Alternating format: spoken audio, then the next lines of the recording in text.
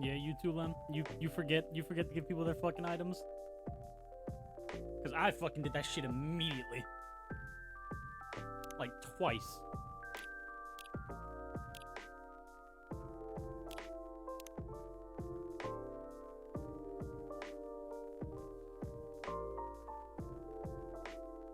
I didn't go off starting soon screen, did I? I'm a fucking stinky bitch. There we go. I've been reduced to Adam. There, I'm back.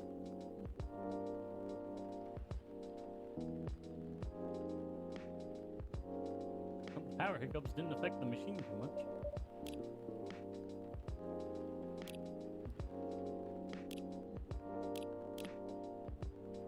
Oh.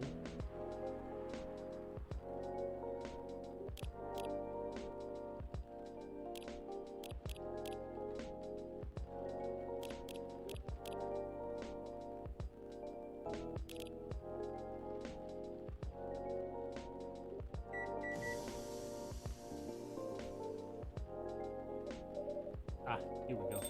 Right in the nick of time. Who is it? Who is it? Yup! Welcome, you two. It's a relief to see you safe and sound. Yes, we're also very relieved. It was a little scary last time. We realized the events of the evening and found them 31.245% frightening and 68.755% despicable. Living in such a hurry is not an experience we care to repeat. Hopefully this will be a quieter evening. Yes, this is our wish. Anyhow, greetings are customary in cafes, bars, and restaurants, are they not? Therefore, good evening. Good evening. Even if in reality it should be good night. I find that very strange. That good evening is a way to say hello, but good night is a way to say goodbye. This is assuming that you never start an encounter at night. Because that theory would appear to be empirically wrong.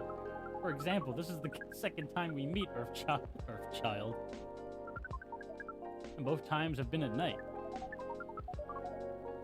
Our 100% sample does not bear out the aforementioned premise.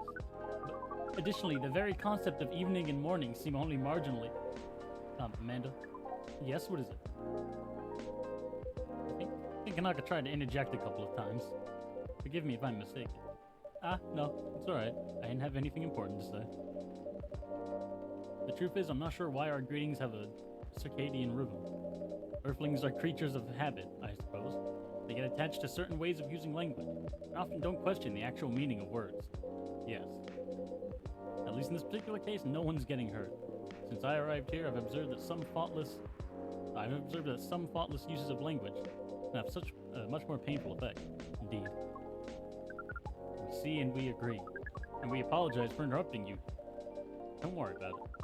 Communicating without the hive connection is rather challenging. Besides, we have been in somewhat heightened mental state. We have been finding Earth quite curious, extraordinary even.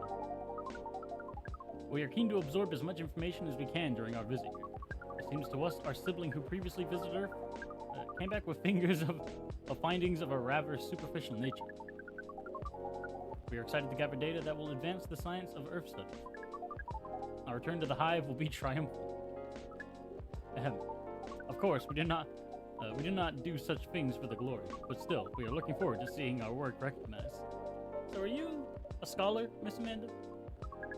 Yes, that is a good equivalence of what we are. We specialize in data gathering and analysis of poorly charted territories. That sounds very impressive. Oh, what the fuck? Oh, DGA-PCT is much less impressive than our siblings' mission. Silver is an explorer and an adventurer, deserving of respect. And his mission to find a prospective partner is of the utmost importance. Still prospective, huh? No progress on that front, I take it.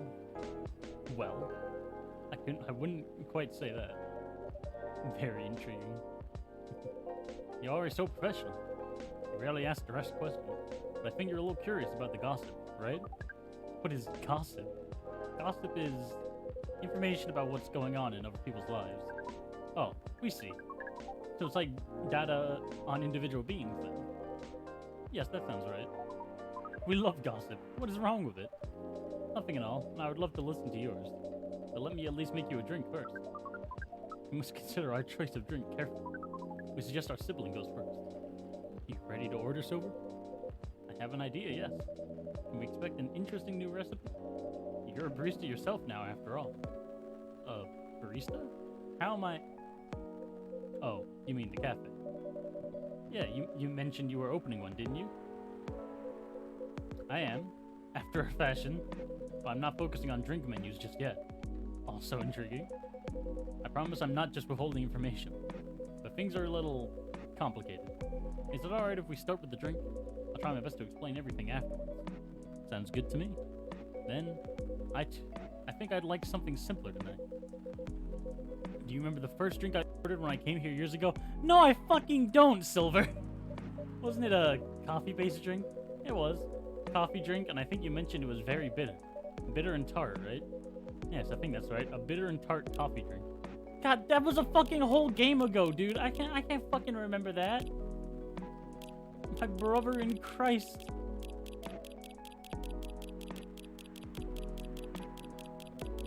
There's a lot of drinks in this game. Good God. It's just bitter coffee, right?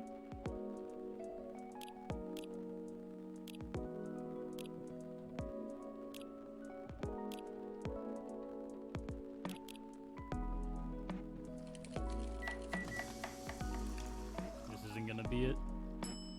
I don't think it was ginger coffee, but here's your drink, Silver. Coffee-based, as you asked. Smells good. Ah, but it's not quite the drink I had in mind. Isn't it? It's alright. Don't worry about it. I'll drink it anyway. Sibling, we meant to ask. I don't fucking remember what he ordered when he first came in the first game. How did you choose a specific Earthling appearance over another? Our observation is that Earthlings come in a great many varieties, of a near infinity of combinations. Do you run a random generation algorithm? Oh no, it wasn't random at all. Even if at first it wasn't a conscious process. I chose the way I look because it felt true to who I am. When I first started coming to this cafe, I had a hard time understanding this world and its rules. But there were already some things that I could relate to. Some things that felt familiar. Like Hyde's eyes that always see beyond the surface.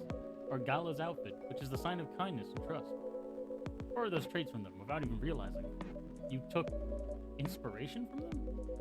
Yes, our species seems to have the ability to do that. But Gala's fashion, I couldn't keep after all. Came with responsibilities. People stop me all the time to ask me for medical advice. I can see how that would be problematic. Yes, but then I found this fictional universe, where all the stories take place in the stars. So I changed my outfit to imitate theirs. I was wondering why he looked like a Star Trek character. And at some point, it all came together. One morning, I saw myself in the mirror, and I felt right. Like the way I looked matched who I was. It made me feel at peace. So although I look different now from when we first met, and although I have learned the ways of this world a bit and have grown a bit, in many ways, I still feel the same. Different but same. Yes, different but same. It makes sense to us. It really does. His phone's got a galaxy screensaver. Oh, is that Laurel? No, this is from Pearl. Still no news from Midge. I think the odds are now 84.308% that she is phantoming you. You mean ghosting? You mean phantoming, as in when you think you hear a sound, but your ears are merely playing a trick on you. We thought we had established a hive connection with Midge. But it was only a phantom sound after all. Anyhow, what is Pearl saying? That her calendar might clear up soon if I want to meet up. Oh, Silver. Sounds like things are going very well indeed. I think it may be time to tell you a little bit about this.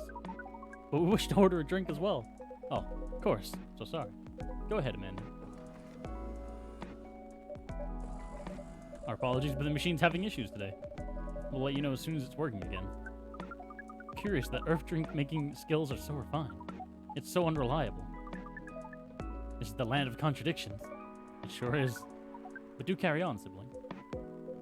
Right, so I've been relying on Amanda to help me with the online part of online dating. And it's been working really well. On average. There have also been some small issues. Earthlings are strange. Online dating has a reputation for emphasizing that, yes. Some Earthlings express their interest. But when you say hello, they never answer back.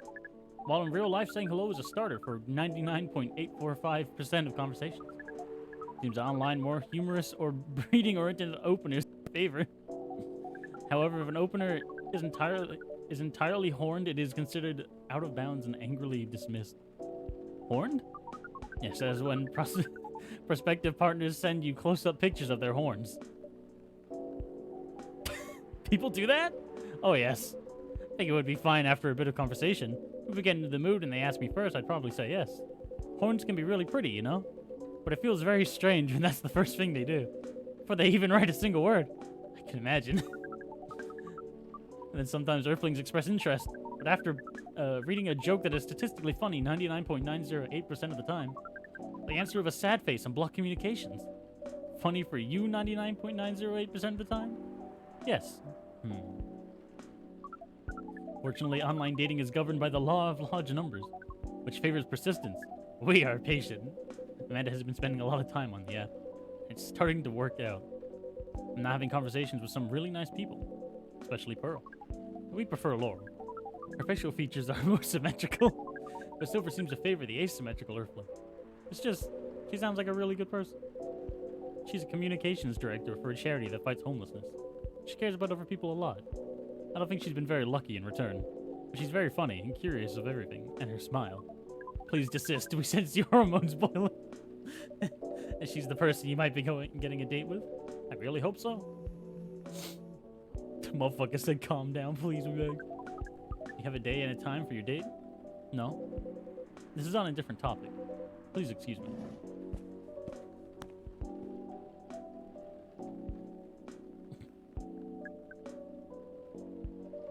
So I take it you've been enjoying your time on Earth, Miss Amanda? Or not? No, we have been enjoying it. But we also see the limits of it. How do you mean? We are a hive mind. A hive mind knows no boundaries or limitations. We share all our thoughts and desires. It's not difficult for us to connect. We are born connected, but Earthlings are guarded. They have complex emotions, and they have no means of truly knowing what anyone else feels. That makes them afraid of judgment and of hurt. It must be very difficult and painful for them to connect deeply. There is so much they must let go of first. We could not live like that. You said the online networks were like a hive. Like a hive, but not a true hive. A true hive requires honesty, directness, as well as a desire to deeply understand others. I see. You don't think you could ever adapt the way Silver has? Silver is different. Even when he was part of us, we could sense him looking outwards. That is why he has become such an amazing explorer, and that is why he made the effort to learn Earthling's code to behaviors. He did not just want to understand, he wanted to experience. We are not like him. We like to seek knowledge on what is different from us. But once we have that knowledge, we are satisfied. Uncovering it and bringing it back is what makes us happy. This is curious. Seems we are picking up some Earthling instincts after all. It's a good thing that our data readings here should be soon complete. And Silver is on his way to getting a date. It would appear so. Amanda, we have to go. What? Again? This call was bad news. The agent... Oh, fuck. Too late. Just hide behind the counter. Quick. Yeah, he won't notice the astronaut behind the counter. Good evening, Mr. Agent.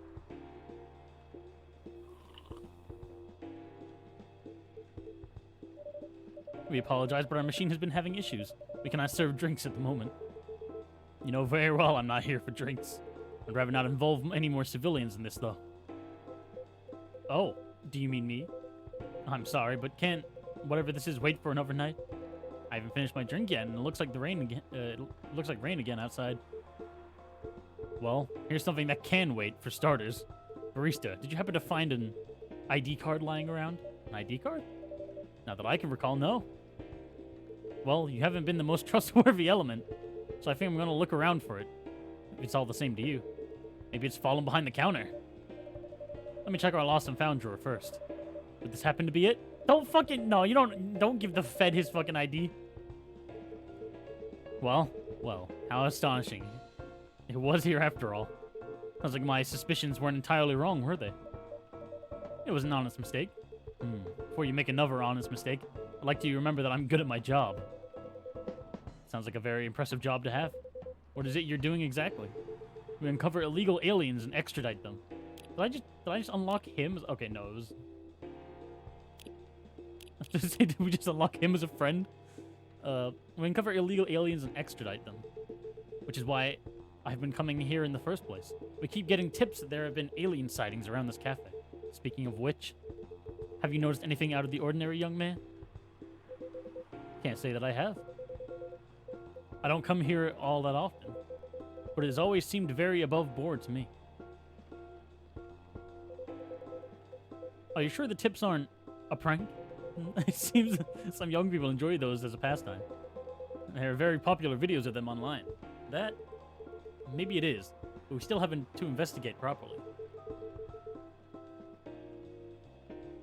Otherwise, my superiors will have my head on a platter. But you can't waste your time on a cold trail either. Surely your superiors will see that you've done your best. I doubt that. They've been obsessed with that alien situation. Obsessed? Is it really that big an issue? Well, having such unusual elements around disturbs the public peace. An average Joe has no clue what to make of them, you know? It makes people feel unsettled. I see. Although the visible aliens aren't too bad from where I'm standing. At least we can identify and extract them. Aliens who try to pass for Earthlings are a bigger problem. Why so? For one, it just muddles things. No matter how much they try to look like Earthlings. They were born aliens, and aliens they will remain. But now they're aliens who don't look like aliens. What does that mean, you know? And where does it stop? What if some Earthling decides they wanted to look like aliens? That would be a huge mess. I see where this is going. Would it? Anyway, the top brats insist that we go after them. And in the end, that makes my job a lot harder. All the time spent detecting them. Give me a good spacesuit wearing alien any day, you know? Oh, but don't you worry about a thing. We at fire... Wow. That's really subtle, game. That's really fucking subtle. We at fire always find a way to keep the public safe. Kogani, how's your evening, buddy? Hope you're doing good. Love you, love you. I see. So how do you go about detecting them exactly? That one's easy. Once I get my...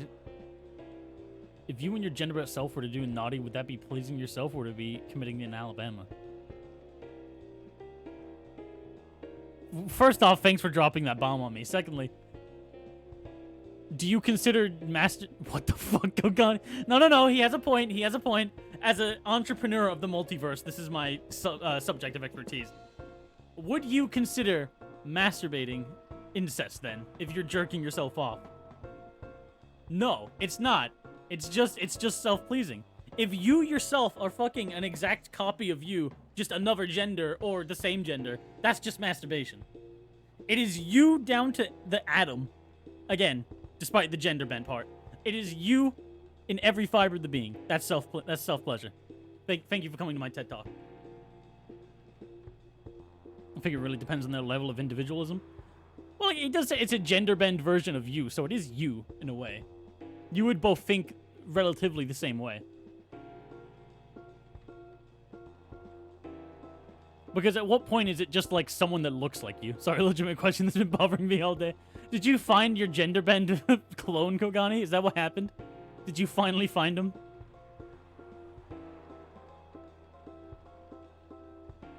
You asking for a friend? The friend being you? We don't talk about that. Nice. That one's easy. Once I have my suspicions, I check their ID. That makes it all clear, right? Right. I do wonder, though. What is it? And I'm sorry if I'm being too curious. I have a habit of putting my foot in my mouth. No, you're good. No harm in asking. In that case, what is it that makes aliens so very different? They are all sorts of people living here. They all have different personalities, different looks. And for me, when I walk through the streets of Seattle, and I see that no two people are alike, for me it would depend on how long they existed. Like, have they had time for their own experiences and life choices? Because that's just your twin at that point. Yeah.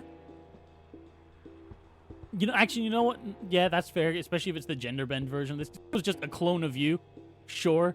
But as it's like a gender bend version of you, obviously it's going to be different, but Fresh clone right out the oven. Let's go to bed, baby. Yeah, no, you have a good point there.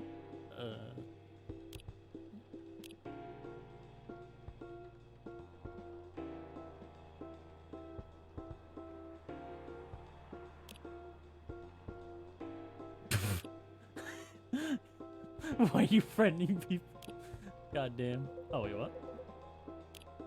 Oh, I guess I didn't click on it.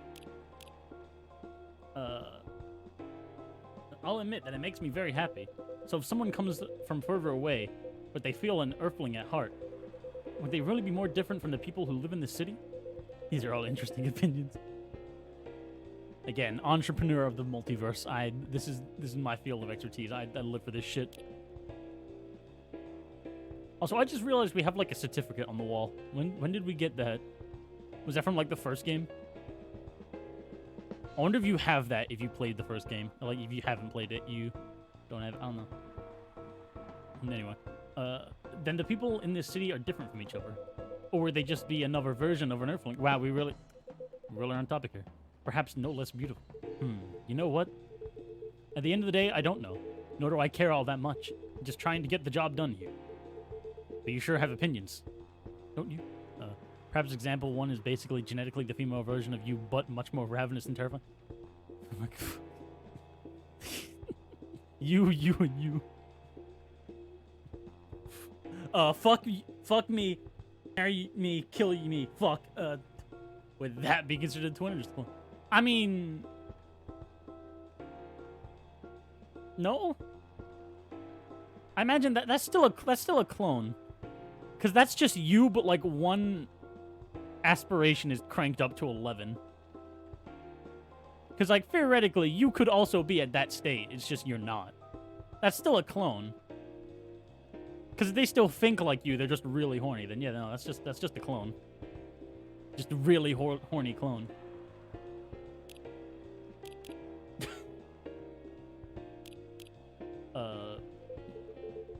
It wouldn't happen to be friends of aliens yourself, would you? Now, surely that is... You do know that harboring illegal aliens is a crime. I mean, twins are just naturally procured clones, I don't know. We gotta find the scientists that cloned that one sheep. Identical ones, at least. Oh yeah, we gotta find the scientists that cloned that sheep. Did the sheep think the same way, or are they two different sheep? Just genetically the same? We gotta find them. You do know that harboring illegal aliens is a crime. What did he say? Oh, he said... What was that? Oh, Amanda said, Just the coffee machine. It seems to have restarted now. That's a relief. Would Lem kill me if I said I'd never played Coffee Talk? I'll fucking kill you. What do you mean? Don't worry about Lem. Worry about me, motherfucker. Play Coffee Talk. Look, I'm not sponsored by this game, but I will shill for it till the day I fucking die. Play Coffee Talk. No, didn't Kaori say she was playing it? Or am I tripping? Didn't she say today that she had played it? Or was playing for it? I know PJ said at some point she wants to, but PJ is literally never gonna play any other video game. She hasn't finished. Yeah, there you go. Doesn't count? Okay. But Kogani, this is a threat. Play Coffee Talk. Your life is in danger because of me. Play Coffee Talk. On stream, off stream, with people, on your own, just play the game. I don't give a fuck. Play the game. It's so good. And the sequel's even just the same. It's so good. Both of them are free on Game Pass. Play it. This is a threat. That's a relief. Right. This is getting more suspicious by the minute. Stand aside. I'm going to conduct a search. Meow! Oh, it's the cat from before! The heck is this? If I'm not mistaken, this is a local cat. It's come over once before. Looks like it might be hiding from another stray. It's very cute. It's also irrelevant to the current... Drat. I have an emergency. I just fucking realized he has the fucking Men in Black pen in his fucking coat jacket. He's actually a Men in Black. He has the pen, was it normalizer? Was it whatever the fuck it's called, the memory wipe pen. I have an emergency elsewhere. But if either of you think you're off the hook, you're surely mistaken. His ID said GIB. Did it? Oh, I don't have it anymore. Fuck. Guy in black. Oh, it did. Yeah, it did say GIB. Okay. No, I do remember saying GIB, yeah. Guy in black. Hell yeah. You'll be... You will give it a gander. You'll be hearing from me soon. Meow.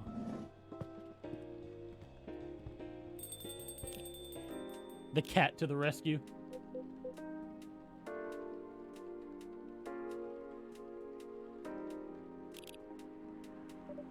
Silver, you're trembling. That's all right. You can come out now, I think, Amanda.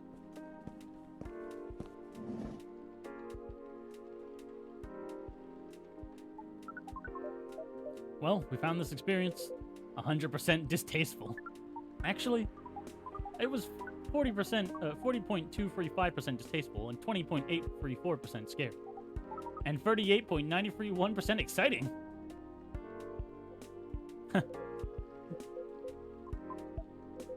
I apologize. This is just nerves. We are truly sorry for this disturbance. It's not your fault at all. But should you be sticking around here? The agent might come back. No. I lured him away, at least for now. You did? Although it's a good thing the little cat came in when it did. It brought us some precious minutes. What sort of earthling are you? Meow. We see. Do you speak cat? We can feel this earthling's intent better than usual. It is expressing it clearly. It wishes to rest and be left alone. Oh, I see it. It's on the chair. Oof. Feel all out of sorts. Is the machine really working again? It is indeed. Then make us a drink, and one for Silver as well. And same one should be fine for both. Just make it hot and comforting, and what would you like, sibling? I think I need some sweetness right now. I would really appreciate a hot, very sweet, very comforting drink. I said very sweet, very comforting.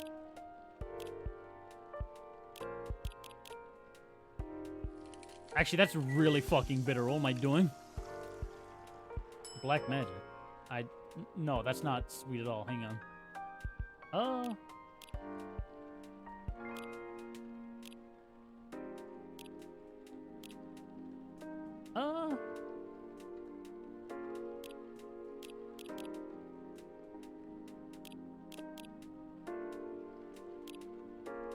What does this do? What does this do? Honey mint hibiscus. It's not going to be the drink they want. Here you go. Here you go. Sweet drinks for two of you. Finger the drink. This isn't bad, although it could probably have been a little sweeter. God fucking damn it. I should just doubled honey. I should have done it. The sensation of this is not vastly different from what you served us the other night, but it sounds like it will be fine. I'm impressed though, Silver. You've become quite... God fucking damn it, Kogani. No, this is what I get for you the other day. This is vengeance. No. Alright, hang on. Joke's on you. I only have the one workout routine. Ha. Ah, fuck me leg. Oh, okay.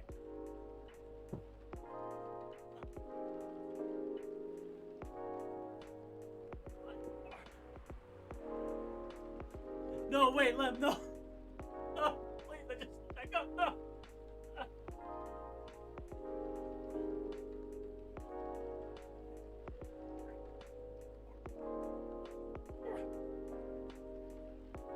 Oh, I should really put a timer on that, huh?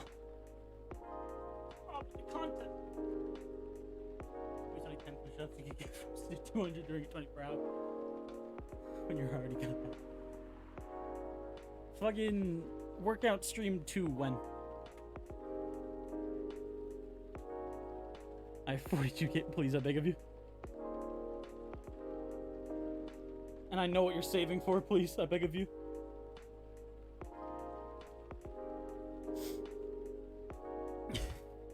This has now just tempted me to do a fucking stream where I just put, like, the push-up redeems to, like, 10 or some shit.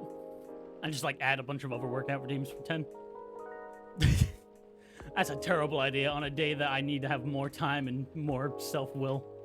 But, that's an idea that I will lock away in the back of my brain and forget immediately. Okay, back to the game. You've become quite savvy in navigating these situations. Even if I'm sure you'd rather avoid them altogether. Yes, I would definitely prefer to avoid them, but I need to get used to them anyway. It does sound like he got suspicious today. That's far from the worst of it. What do you mean? Kanaka, you know the cafe I said I'm opening? Yes. Well, it's not exactly like this cafe. In fact, it's not exactly a cafe at all. For the past few months, I've been the basis of operations for Save. Oh, shit. After that 24-hour stream, I had to punish everyone by limiting the amount of redeems in the price for the time being. Understandable. Save? Save. Society for all aliens and various extraterrestrials. Wow. I know, it sounds very reckless. No, it sounds rather admirable. I think I underestimated you. I don't know. But you seem... but you see why I've had to become savvy as you did. I have a lot of people depending on me now. Those who are just arriving to Earth and I are confused and scared. Those who have adopted Earthling appearances are now trying to blend in. For those who are learning how to understand life here, and how to understand themselves, for all of them, it's an extraterrestrial matter, or existential matter. Not everyone is meant to be a hive mind. I know I wasn't. No offense, Amanda. We are not offended. We have always known you were different from us. It is all the same to us. You are our sibling, whether you live as the hive or as an Earthling. Amanda, I really do love you. What is love? That is not a conversation I think I can have right now. I'll explain it to you tomorrow, after we both have a rest. We will remind you of it. I know you will. I think I'm getting a little tired now. Wait, hang on. I think I'm getting a lit tired right now. They forgot the L. Coffee Talk forgot the L because they only make W's. God bless them. Is it alright if we go back? Absolutely. Our energy is also 98.429% depleted. Silver, is there anything we can do to help? No, I don't think so. Thank you for offering, really. But you have a different part to play in all of this. And you've been playing it very well. You're very kind. Well, in that case, have a good night, the two of you.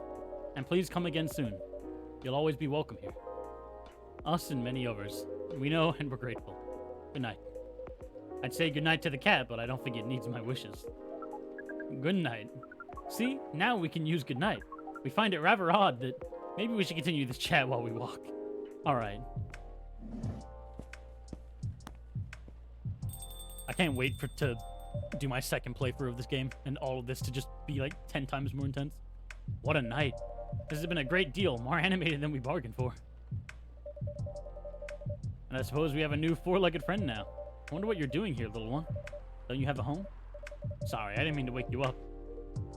Meow. Mew.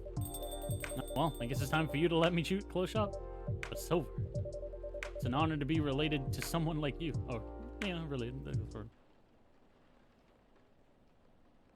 Sweetheart, like garnish with bits of rose petals and latte refreshing above taste and appearance. Oh.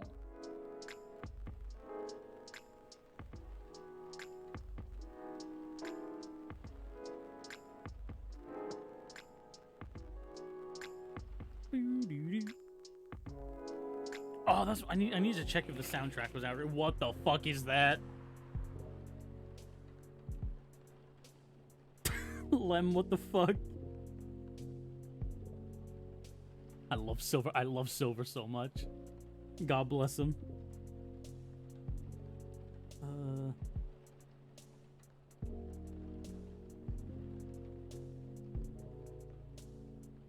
Oh, I don't think the second soundtrack is out yet. Fuck.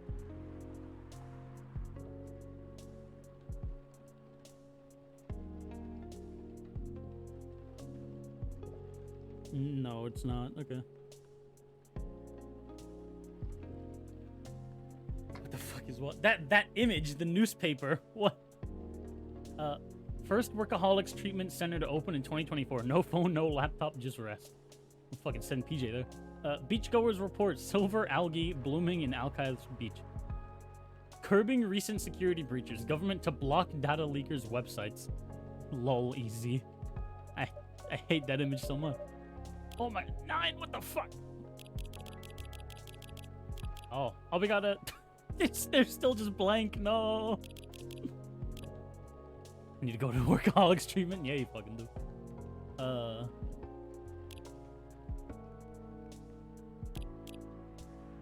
Still on hiatus though.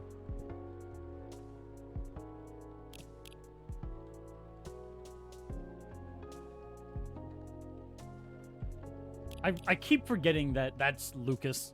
Like, the image is so just like, it looks like a soccer player, and he's wearing blue, so I'm just like, who the fuck is this? Oh, it's the fucking satyr. I keep forgetting.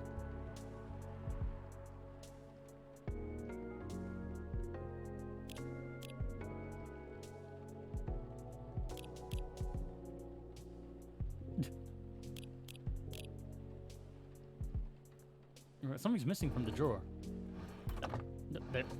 There isn't, though? Unless it's gonna... No, okay. Did I misplace it? Does he mean the ID? Maybe I am missing something. I don't know. That's why I feel like it's going to be a long, long night. Or not. Hey, bro. Hey, it's Gala. How are you? Not too shabby, I hope.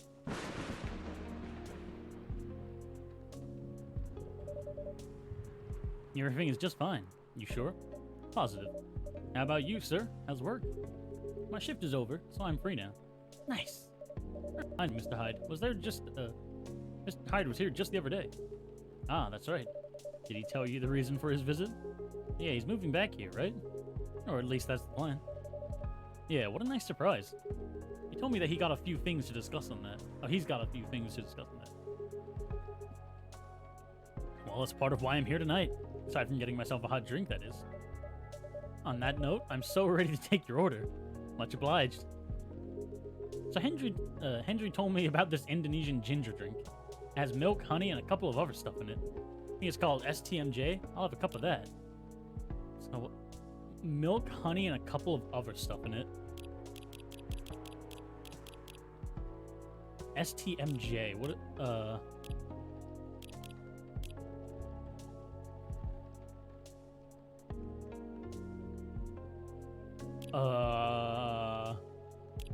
Well, it could be any of these, so... Ginger drink. Oh. Ginger. Yeah, okay.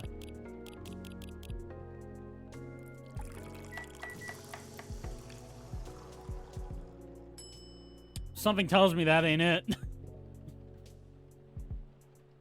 So what? So it's milk, honey, and a couple of other stuff in it. Ginger drink. But that, surely that... Because, like, I know they've said... I've seen an Indonesian drink on the fucking... On the loading screen. So, like, I know it's there, but I don't... Fug.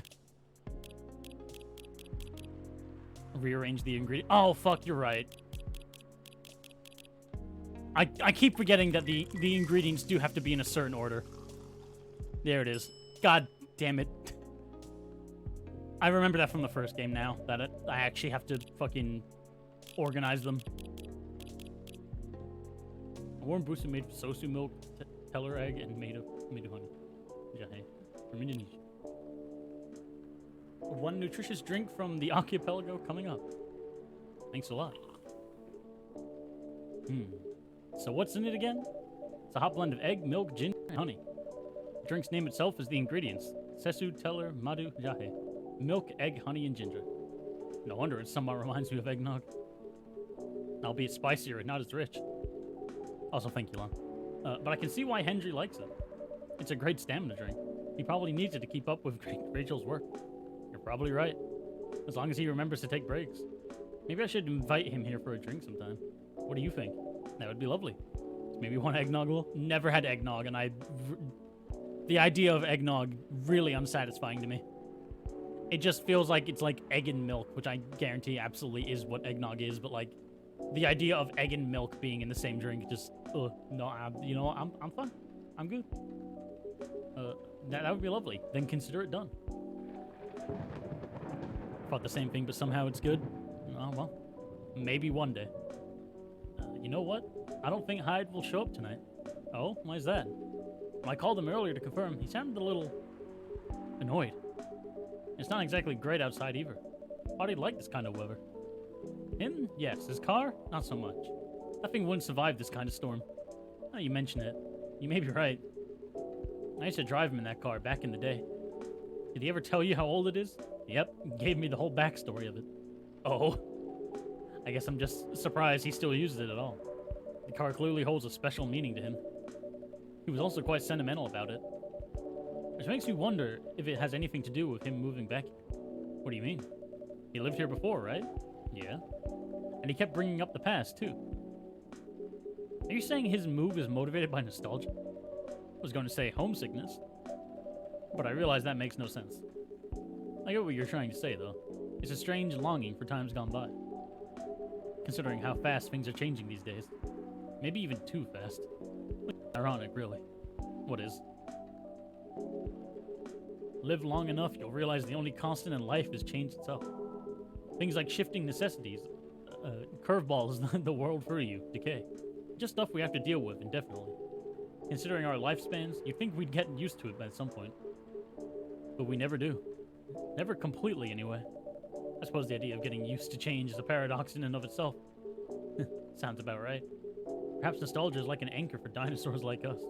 Keeps us from losing ourselves to the world's relentless speed. You get used to these after a while, huh? Pretty much. Oh, shit. Oh, hey there. We meet again. Yes, hello. Excuse me for a moment. Welcome, Miss Riona.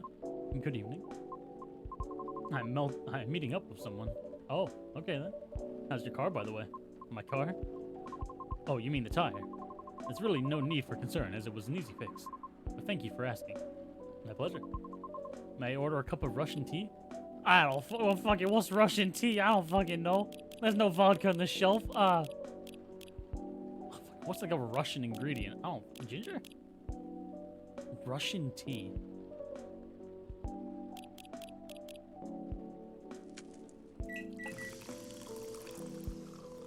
That ain't fucking it. What if I do it the other way?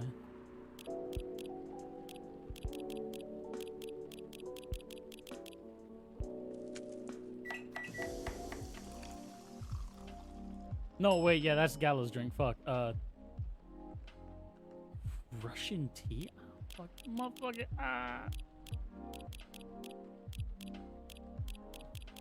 We ball.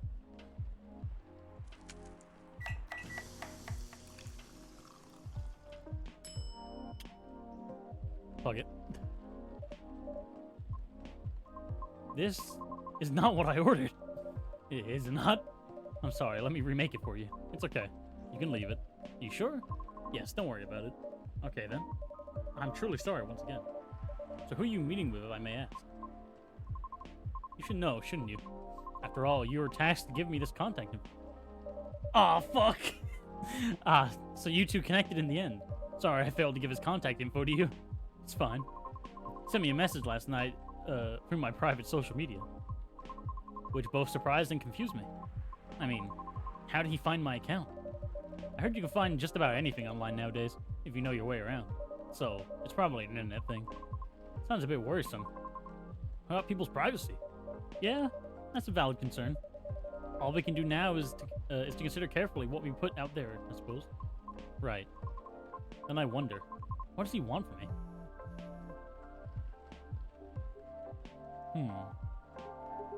Yeah, so Hyde's not coming tonight.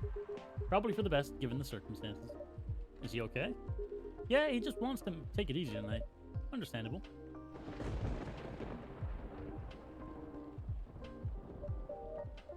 My apologies for these surges.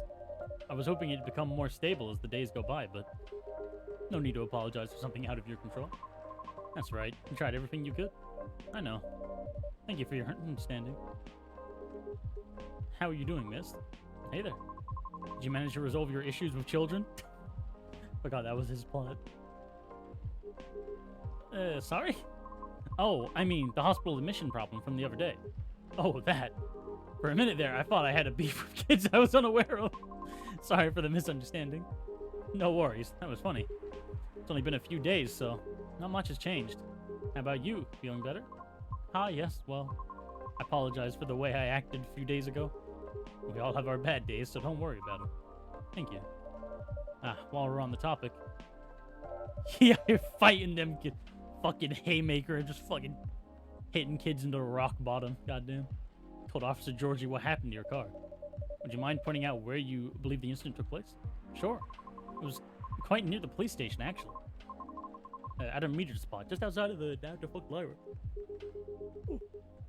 Oh, the vacant building at the Bourne intersection? Yes, that's correct. I see. So it was originally a library. You know the area? I know of the property, yeah. It's been abandoned for a long time now. But it's a heritage building, so I often wonder why nothing's been being done with it. Since it's located in a very populated, culture-centric neighborhood. That's true. There's even an art college nearby, right? Then again, I've always found the street a bit odd. Odd? How? It's just barren. Especially if you consider the area. And the weird thing is, I feel like it wasn't always that way. Feel? Don't you mean remember? Nope, exactly what I said. It's a feeling, not a clear memory. Strange, isn't it? That is odd. Well, there used to be a flea market there, a long, long time ago. Perhaps that is what you were calling. A flea market, huh? Last time I drove there, I remember seeing nothing but concrete. Oh, wait. There was a single dead tree surrounded by strange trinkets. A dead tree? Huh. No idea why I almost forgot about it. It stuck out like a sore thumb. About 8 feet tall, no leaves. It's been there forever, too, as far as I know. That hawthorn tree was something of a landmark for us drivers. And the trinkets you spoke of were actually remembrances of sort. Remembrances? Hold on, I'm just going to recap a bit here, okay? Sure. Your car was vandalized near a metered parking spot in front of an abandoned library. On a seemingly deserted street within a busy area. That has a large dead tree surrounded by remembrances for some reason. Sounds about right. Except the tree is no longer there. Oh? Are you serious, Pops? Why wouldn't I be? It's crazy. We got so many people in the cafe, oh my god. We don't have any more seats. Evening, gentlemen. Hey, everyone. Oh boy. I thought I'd be early, but you're already here, lady. Hello. Conker, for the love of all things holy, tell me my lighter is here. Well, you're in luck, because it is. Hot damn, thank goodness. Would you like me to get it now for you? Nah, it's fine. I'm just glad to know it's here. Just bring it with my drink later. Remember. Sure, let me know when you're ready to order. Cheers. Well. What's up, y'all? What's new? Evening, officer. We were just talking about the spot where Mr. Yona's car may have been vandalized. Oh? They got your car too, lady? Yes, but it's not a big issue. Still, sorry you had to experience that. Where did you park your car, miss? I can send you the coordinates if you'd like. That'd be real swell. Got it. Okay. Oh. Is it within the area you expected, or? Pretty much. The same location where I parked mine a week ago. I see. You can rest assured we already increased patrols in that area. That's great. But I am the only one doing it at the moment. That sucks. Huh, what's that? Am I hearing you, out of all people, doubting my skill? No, of course not. I just thought it means an unfortunate increase to your workload. Ah, well, them's the breaks, I suppose. Anyway, give me your strongest espresso, and don't forget my lighter. Don't fucking forget the lighter.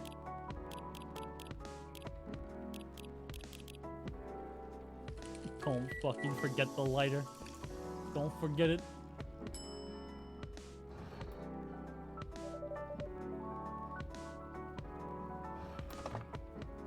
There we go. Oh, there it is. Thanks. Probably think I'm being silly. But what can I say? It's my lucky charm. Yeah. It's borderline superstitious, I know. Don't you have anything of the sort? Well, I have good reason to be superstitious, right? Whenever I don't have this with me, things happen. Right. Alright, here comes the strongest espresso in the house. Cheers. Ah, perfect, as always. Are you ready to order? Might as well. I'd like something desserty, because it's my cheat day. Sure thing. Anything specific in mind? Well, I saw this video of a Spanish hot cocoa drink yesterday. It was so thick, I thought it was chocolate sauce. The name also reminds me of a song. For some reason, I can't remember the title right now. You know, that sounds oddly familiar. For real? Then I'll have the thick cocoa. It's got milk and a little hot, spicy kick to it.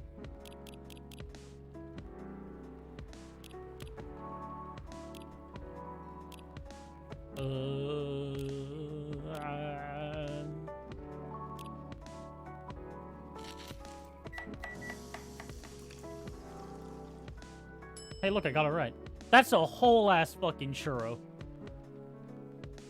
Where did we get the churro? I don't think we sell churros here.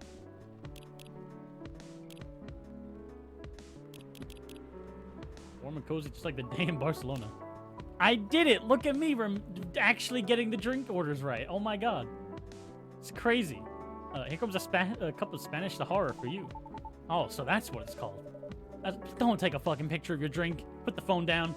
What we call it here, at least. Very cool. Then bon appetit. It's Spanish, but close enough. You think this is it? I think this is it. Very tasty. Thanks.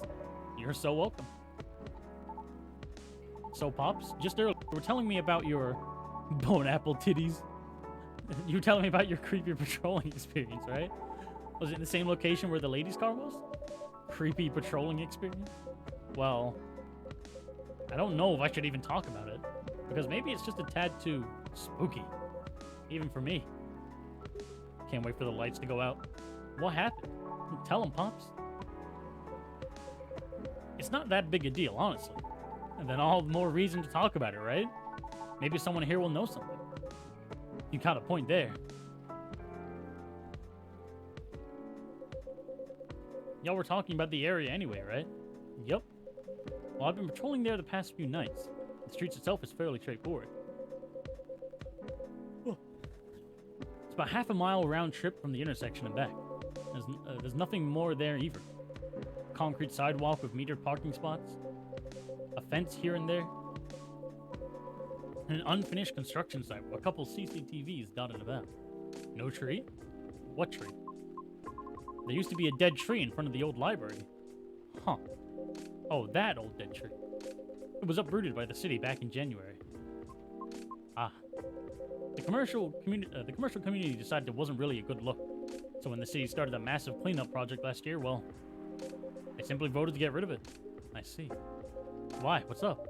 We were actually talking about it earlier, and, being a decades-old landmark aside, could there be something more to the tree than just, well, being old? You think so? That's what I think after listening to Miss Riona.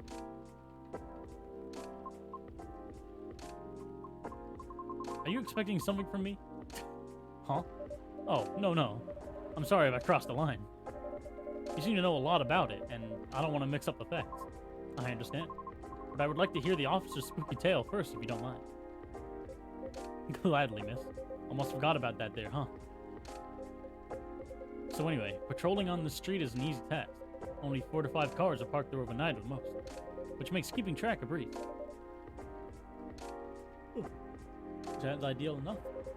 As expected, though, nothing happened the first 2 nights. But there it is. Yesterday was a different story. Oh, shit. Whoa. Hold on. What a stage setup, eh? Oh, phew. There you go. Thank goodness. Sorry about that. Please, continue. Alrighty. Well, I was nearing the end of my shift and I found nothing was amiss. There were only 4 cars parked that night. 2 spaced across the street and 2 in the opposite corner, side by side. My plan was to leave after I walked one last round to make sure everything was okay. And a reminder, you can cover the whole place in only 8 minutes. Okay? Then at the end of my walk, took a drag on my cigarette. Smug as I was about to clock out, thinking 'twas another night job well done. Right? Wrong, as I was immediately faced with the impossible. 3 cars, 2 side by side, 1 across the street. All tires flat. That's 12 vandalized tires for you, in a span of less than 10 minutes. That is so strange. It would take several minutes to flatten just 1 tire. And that if you're using the right tools. I mean, you could just stab it. Like, isn't that how most people, like, slash tires? Just kind of stab the tire, leave, right? But that wasn't all. Oh, no, it wasn't. Because that was the moment when the streetlights went out, suddenly, and all at once. What? Right after that, I heard flurries of footsteps and laughter. There's the face. They were going farther and farther away from the scene, and yet I saw nothing at all. Oh. Are you sure? Did the CCTV catch anything? The infrareds actually managed to catch something, but the videos weren't clear at all, so I'm still investigating it. Jeez Louise, Pops. That's way spookier than what you told me in the car. But it's cool, though. I may be laughing now, but I almost pissed my pants there, you see? Well, whoever they were, they sure worked fast. Right? Anyway, I think I want another drink. All that talking is making my throat dry, and the coffee just ain't cutting it. Roger that. What would you like? What do you suggest? How about some tea with ginger and honey? Sounds good. Could you, can you use the red flower stuff you have as a base? You mean hibiscus? Definitely. Okay, then I'd like red flower tea with ginger and a touch of honey.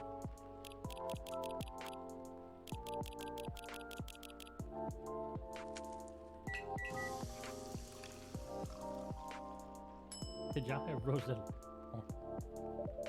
I'm piping hot. Tejahe Rosella for you. Oh? What does it mean? Tejahe means ginger, teh means tea, and Rosella is Rosella, another name for hibiscus. I see. A legit herbal drink. What did I get? Born and raised in Seattle. Still a lactose intolerant cop, hell yeah.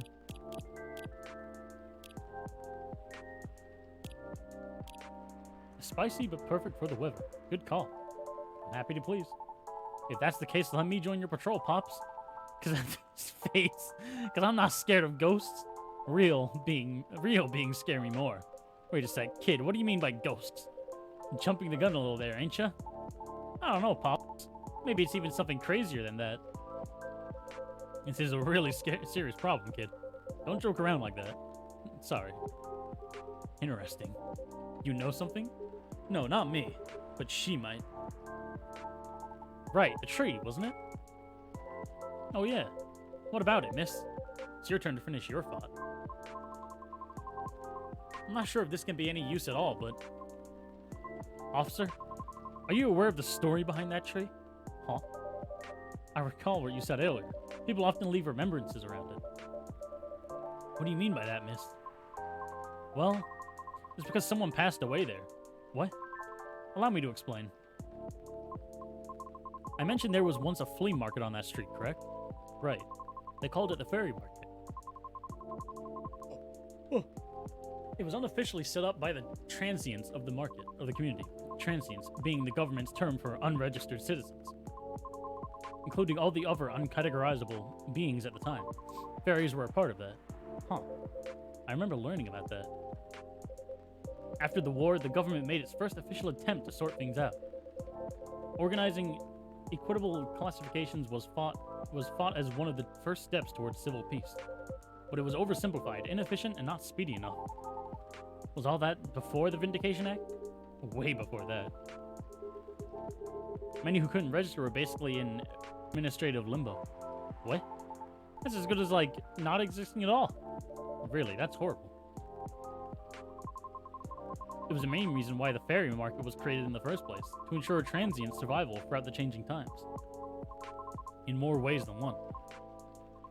The market had no real schedule, therefore, the start of Fairy Week would be marked by flowers strewn along the intersection, just so people would notice and come and take a look. Sounds kinda too low-key, no? Because it was illegal, silly. Oh. And that was exactly the problem. The market ran day and night, its format unchanging. At the same time, the economy was slowly reshaping the landscape. People started to spend more, becoming reckless. Well, the laws were still shaky at best. Then a tragic incident occurred one night. A drunk driver was speeding and went off course, striking a vendor there. And the only evidence left of the crime was that tree, standing where there was no tree before. Wait a second, what? Why did I never hear about this? How long ago was this? The incident occurred in 1959, but the market itself was forcefully disbanded in 1961. Happened before I was born, huh? Yeah, I remember everything now. It was actually quite an infamous case, wasn't it? But due to the nature of the beings involved, most people couldn't help but, well, forget. Huh? We're talking about the late 50s to early 60s here. Post-war media was still quite scarce. I remember the drunk driver was also the son of a very wealthy individual, of course. Oh, correct. That wasn't exactly the part that made the case so infamous. It was due to the fact that no body was ever found at the crash site, as well as the vendor being a transient with no legal ID or paper trail. As a result, the court had no choice but to dismiss the case. But there was a body, wasn't it? Just not one people might expect. You mean, the tree? Right. When semi-spiritual beings like us pass on from the physical world, some may leave specific landmarkers behind. Not all can do that, though. Us banshees don't do that. You don't? No, we simply disappear. So, if I'm getting this right, the tree couldn't be used as evidence because it wasn't classified as remains yet. The witnesses were in the same boat, no paper trail. So the driver's lawyer took advantage of those loopholes. And that's messed up. Beyond messed up, Pops. Whoa. I'm boiling. I'll take a further look into this more, miss. But I have a question for you. Yes? You think that vandalism has anything to do with the tree's removal? I don't know. I suppose it might depend on when the acts of vandalism began. Yeah, that makes sense. Well, I better get going, then. It's almost time for my shift. Okay, officer. Break a leg, Pops. I'd rather not. Stay safe. Will do. I'll keep y'all posted. He forgot his fucking ladder, didn't he? Better go as well. Got an early shift tomorrow. There's one thing I want to confirm, though, if you don't mind, miss. Yes? It's about the fairies passing and how everyone ends up forgetting about them afterwards. I really thought that was just a myth. I guess not. Unfortunately, that is why there used to be a memorabilia around that tree. There were efforts by those who remembered to preserve the memory. But it wasn't enough, was it? Else we'd still have the tree. It really makes me question my memory. Are there any people I might have forgotten? Were there events I missed? It is quite scary to for beings like us, being forgotten is inevitable. So, no need to feel bad about it. Is that so? Oh, I didn't catch your name, by the way. I'm Gallo. Oh, I'm Lucas. Nice to meet you. Well then, nice meeting you. Good luck with your future auditions, Miss Riona. Thank you. See you around. Bye. Take care.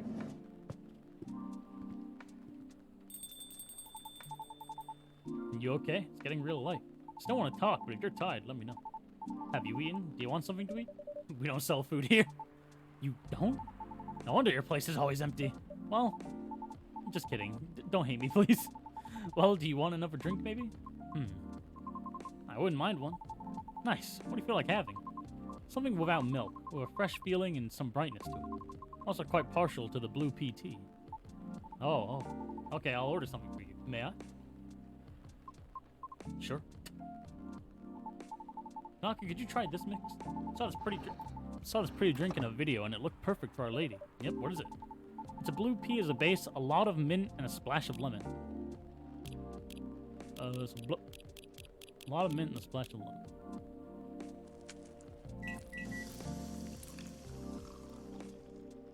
I think that's it. I haven't made it yet, so it probably is.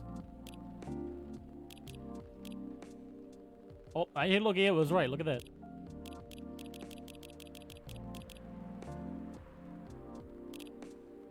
Here you go, miss. From the man sitting right beside you. Looks nice. Very pretty.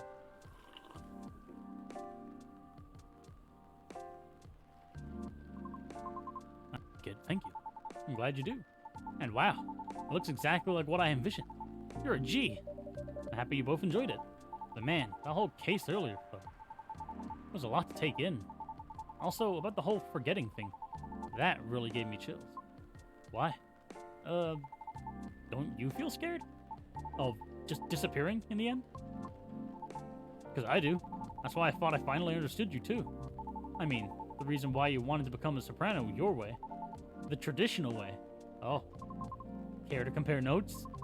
Because I've yet to entirely certain about that myself. Oh, huh.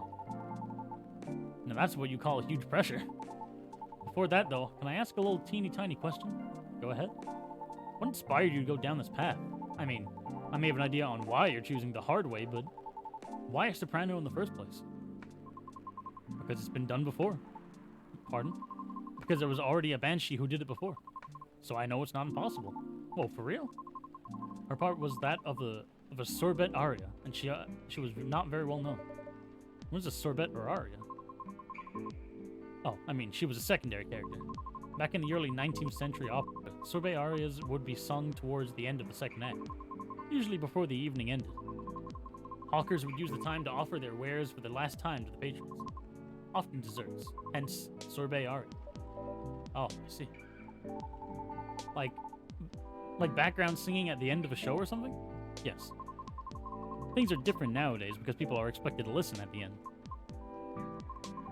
First time I heard her voice was on an old recording of a comedy opera. I was still very young back then. She was playing a confused maid role at the very end of the opera, wondering why and how people could act so crazy when in love. But despite her confusion, she thought she wasn't so old that she couldn't find out the reason herself.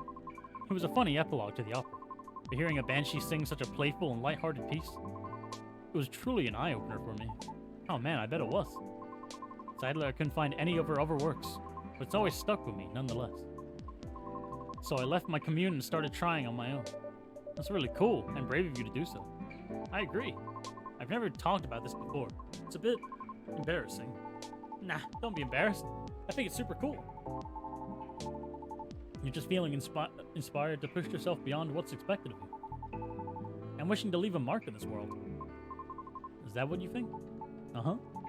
You're just trying to follow a path that has been traveled before. And that's not always a bad thing, especially for being like us. You're just being careful yet courageous. Right? Because the path you're choosing to walk on is still difficult. Regarding leaving your mark, I don't know. I just feel maybe you're the same as me. Like, what's the point of being born if nobody is going to remember us? Right? No comment. Oh. Yeah, technically we're immortal, so don't worry about that. Why do you want to be remembered so much? Why wouldn't you? Us banshees see the end differently than most. So, care to enlighten me? I can't speak for anyone else, but in my case, I was a kid who grew up in a large family, you see? Like, humongously large. Literally couldn't count on my siblings even if I wanted to. Because they're everywhere, thanks to my dad. Oh! We weren't healthy, though, not even close. The money situation was always suffocating us, for real. But sometimes Dad would drop by to give us some money. Though it wasn't even enough to cover utilities far more than a couple of months. Oh god, Seder child support. That's a terrifying thought. And then he'd just leave again a couple of days later. Are you the eldest? Nope. My older bros have already moved out by the time I hit high school. I was so surprised when my dad gave me the house after he died. Oh. Which is why my mom and siblings live now. Sorry to hear about your father. No, it's fine. Anyway, so my older brothers came back, right? They wanted me to sell the house and divide the earnings. Wanting a slice of the inheritance pie, huh? You didn't do that, right? Heck no. That's why I left for LA. So if they really want me to sell the house, they have to chase after me. Good call. Thankfully, my younger siblings and I are pretty tight. We're a good team. That's a relief. But that was also why I needed money fast. I needed to send money to help with my family's bills. And of course, so I could stay alive as well. That was why I ended up having to join the production house. The production house? Yeah, it was like a bunch of content creators getting together to make videos every day. Oh my god. I was young and naive too, you know? Because it was my first time venturing to another state completely alone after all. So I didn't know better. How predatory things could be. Man, this isn't even going to be an entertaining story. If you're uncomfortable, you don't have to talk about it. No, it's not that. I just really don't like the production house. I needed the money. Someone there saw my vlogs and invited me in. And as one of the youngest there, I tried to get along with everyone. But you see, we were all creators in the entertainment industry, right? Which means we all had huge, huge egos. So naturally, there was somewhat of a hierarchy of sorts. Trying to be all-around helpful turned me into the butt of the joke all the time. That didn't discourage me all that much, by the way. I mean, I also learned a lot there, not gonna lie. Still. Well, long story short, being tokenized sucked at the end. No disagreement there. Sorry, I swear that wasn't what I wanted to talk to you about. It's fine. I actually learned a lot this evening. I just don't want to take up more of your time.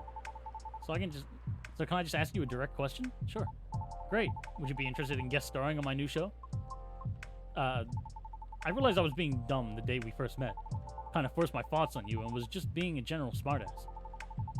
I undermined your straightforward efforts because I was jealous of your solid result. Since everything I did was anything but. But you succeeded eventually, didn't you? And you worked hard for it.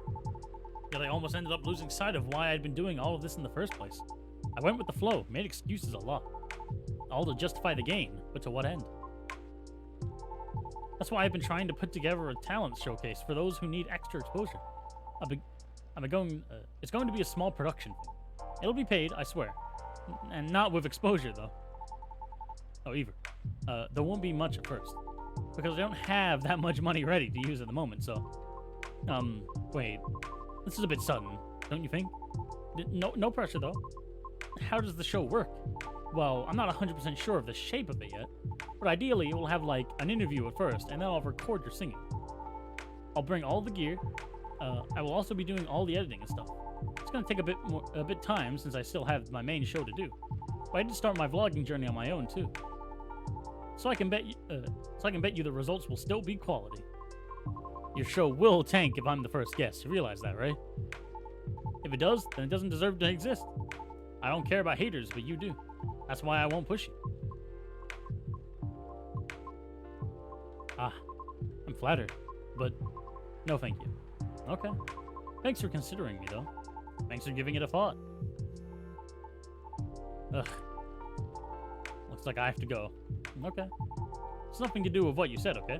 Just bad timing. Yes, I get it. Cool. I hope we can meet again like this. If you want to. Maybe. I'll take it. Thank you for your time, too. Sorry if I bored you. No, truly. It was my pleasure. Cool. Okay, I really have to go. See you around. Safe trip. Alrighty. See you. Come again soon.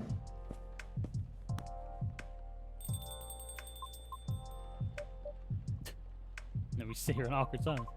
I think tonight was the most I've talked in the past 2 years, and I'm quite glad to hear it. Thank you. For what? For being such a good host. I know I'm not the easiest being to get along with. It's always a pleasure to have you and everyone around. And I'll be taking my leave. I feel like I have a lot to rethink, but I'll see you again soon. And we'll be waiting. Oh, safe trip, Miss Riona, and have a good night.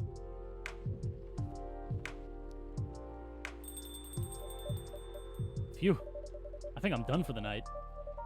I hope everything will work out for everyone.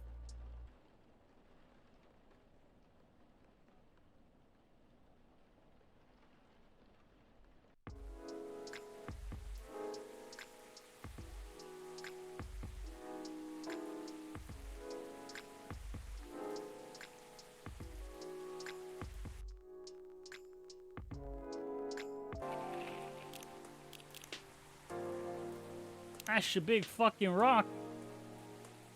Lunar cell panel prototype ready for first test. Newcomer progressive elven metal band Avafor tops U.S. music chart. World Golem Culture Center grand opening to be held in Bhutan. That's just a big golem. Huh? What do these say? Yo, the boys, what the fuck is that yellow thing? What is that? Normal schedule.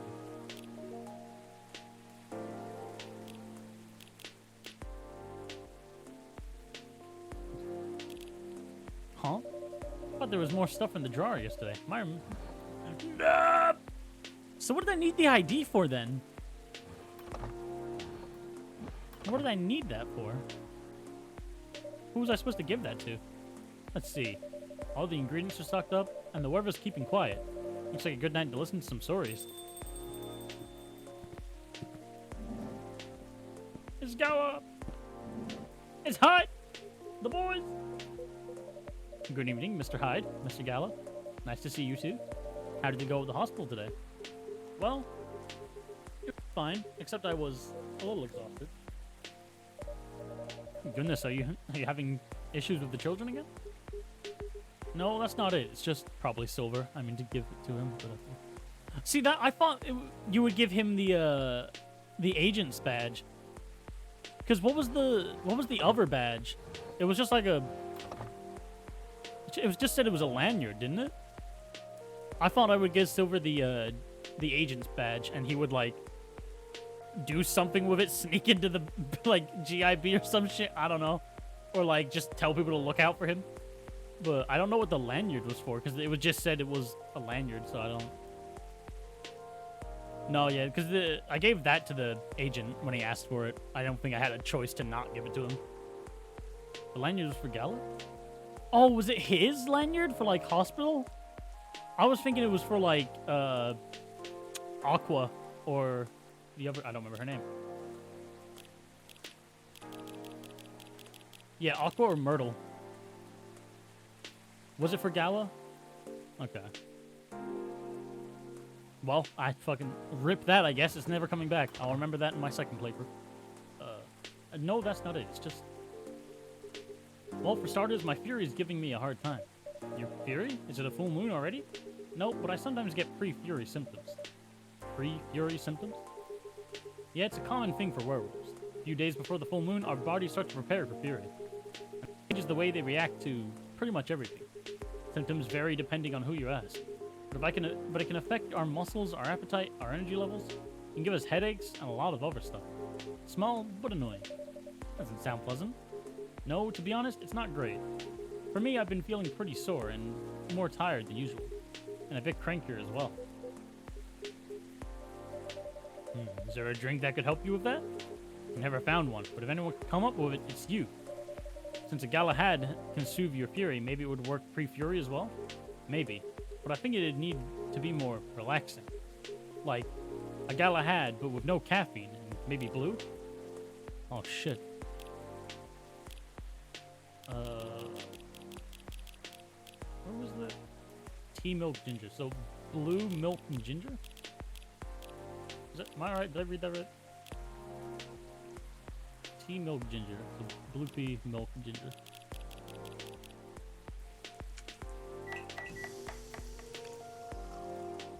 Gala tea. Oh, that looks pretty.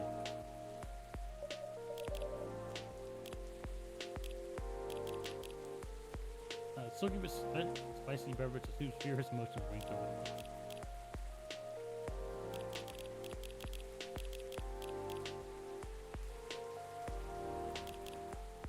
Here you go, a Gala tea just for you.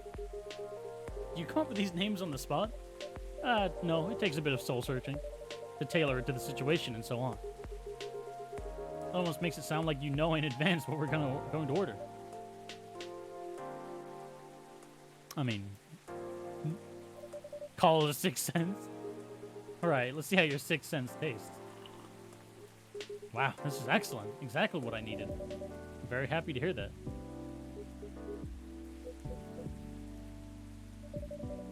So the long looks, you two. Did something happen? Actually, not good. I guess I'll just come out with it. I need your help. My help? Come on, I wasn't that bad. No, I was so tired today I nearly fell asleep on the job. Ugh. But more importantly, it's not good for you. Moping around, sulking, refusing to look at the solutions. I've never seen you like this, and I'm getting worried. There's nothing to worry about. You say that, but then you spend your entire nights looking miserable. No advice I come up with is good enough. And Hyde, I'm barely keeping it together as it is. You should know by now how I feel when Fury's about to hit. I take it you two ended up chatting yesterday after all? You bet we did. After I walked out of here, I headed home and found this one, lying on the floor, staring at me. Looking so gloomy it sucked the color out of the room. And it's not the first time either. It's a constant these days. Yeah, no. Why would you think that? Why would you think that? Load the game, load the game. Well, that's crazy. Please, help me help him. I'm at my wit's end. Mr. Hyde? Oh, fine. The truth is, I'm bored to death. Or I would be if it wasn't for the whole immortality thing. I'm nearing 40 years old, and I've never been this bored in my entire life.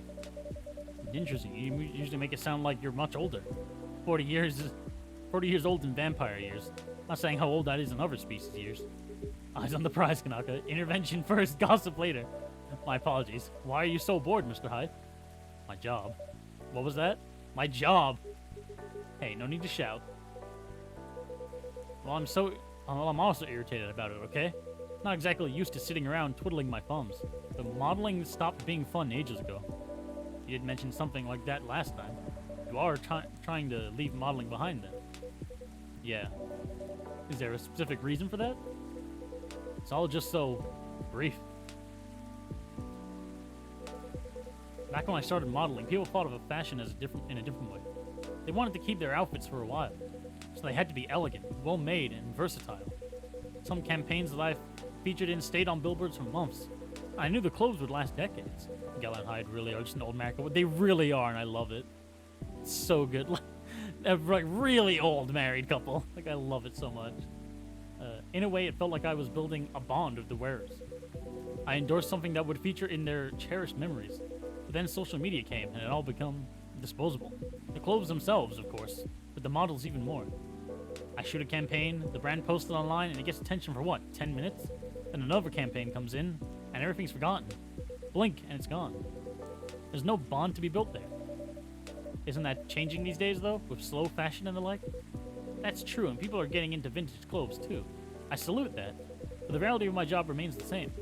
And what about your fans? You have so many people following you. I mentioned that last night. My answer hasn't changed. They follow me because they think I'm pretty.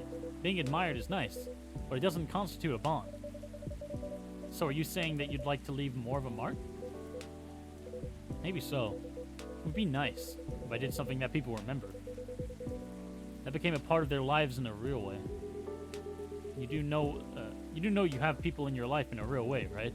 People who always remember you? That's not the same thing. Oh, shit. Maybe you should study to become a doctor or something. That would make a real difference. No, thank you. The job still needs to be fun. Studying for 10 years just to exhaust myself in 14-hour shifts?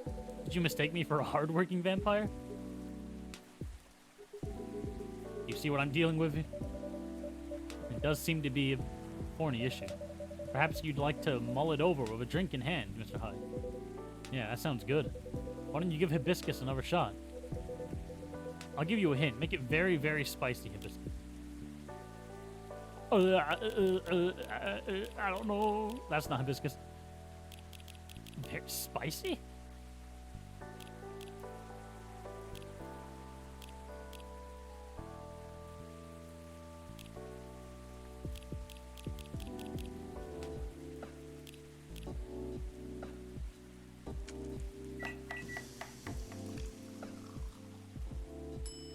Sure. And here's one Zobo for you. Let's see. It was right.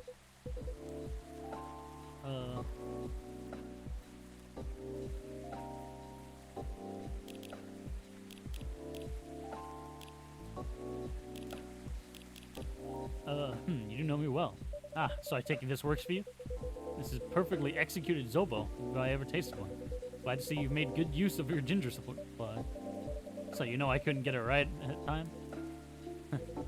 Forgive an old man and his old man jokes. I see you've had your fun, but you still lost your bet, Hyde. A bet? When Hyde was wallowing in self-pity yesterday. I told him many people cared about him, and I bet you could definitely figure out the one hibiscus drink he likes. So now I get to say that I was right, and Hyde gets to buy me dinner. At a place of my choosing. Ugh. You're going to pick that horrible steakhouse again, aren't you? You know it. Have you won other bets in the past, Mr. Gallo? Let's see. You say it, Hyde. He's won every single one of the bets we've ever made. Wow. Yeah, I'm this close to being able to buy a new TV with the money I'm saving on food. Just rub it in my face, why don't you? Oh, shit. Oh, hi, everyone. Hey, Lua. Hi, Lua. Busy night, I see. Hi, Miss Lua. Busy and lively, just the way we like it. That's good. I'm really glad you're here, Hyde. I want to apologize for the other night. I was so excited to see you, especially since it had been a while. But we ended up fighting. What the fuck?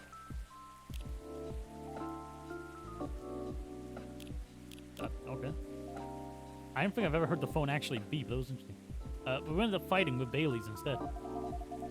You must be getting bored of our arguments. It's alright. They're kind of fun to watch. How are things with you two, by the way? Just let me order before I answer. Is that alright?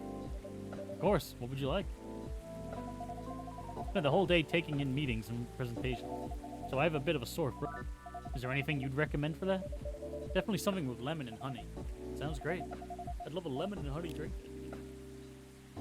I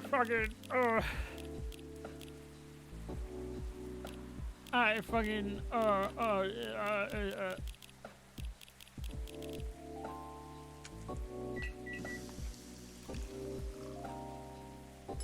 Sure. Here you go, some honey to soothe and lemon to boost recovery. Thanks, doctor. You know, I'm something of a scientist myself. That is in French. I refuse to read that.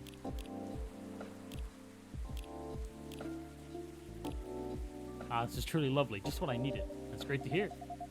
My company's trying to get a big contract, so I've been organizing meetings with everyone, making sure it's all going according to plan. Sounds pretty tough. Yeah, it's a lot of responsibilities and decision-making, and part of me likes that, but part of me feels the pressure of it. So it's nice to be able to unwind with a warm cup. Anyhow, to answer your earlier question, Gala, you probably gathered that Bai and I have been fighting. Yeah, and Hyde told me a little bit about it, too. Alright, well, we haven't discussed the wedding for the past couple of days. And honestly, it's done me a lot of good. The thing is, I know Bai means well. He suggests all these things that he thinks I'd like, and I should like them. He's paying attention, not just sending random ideas. I should be grateful that he's trying to please me, but I get annoyed instead. And I start feeling guilty that I'm annoyed, which makes me even more annoyed. It's not great, I know. But it'd be easier if we always acted rationally. If we only got annoyed at the right people for the right reasons. But things aren't that simple, are they? That's true. Although I guess if you figured out what actually annoys you, it would help. That's the problem. I'm not sure. First I thought I was tired or worried. The decision-making in my job is taking a toll for sure. It's a bit hard for me to also deal with organizing things in my personal life. Also, the financial side of it's hard to navigate. I don't want Bai to spend money too much, but he's right that involving my family comes with strings attached. I'm not sure how to avoid that, though. But I'm realizing that might not even be the main issue. The more he sends me links to venues and caterers, the more it all feels wrong to me.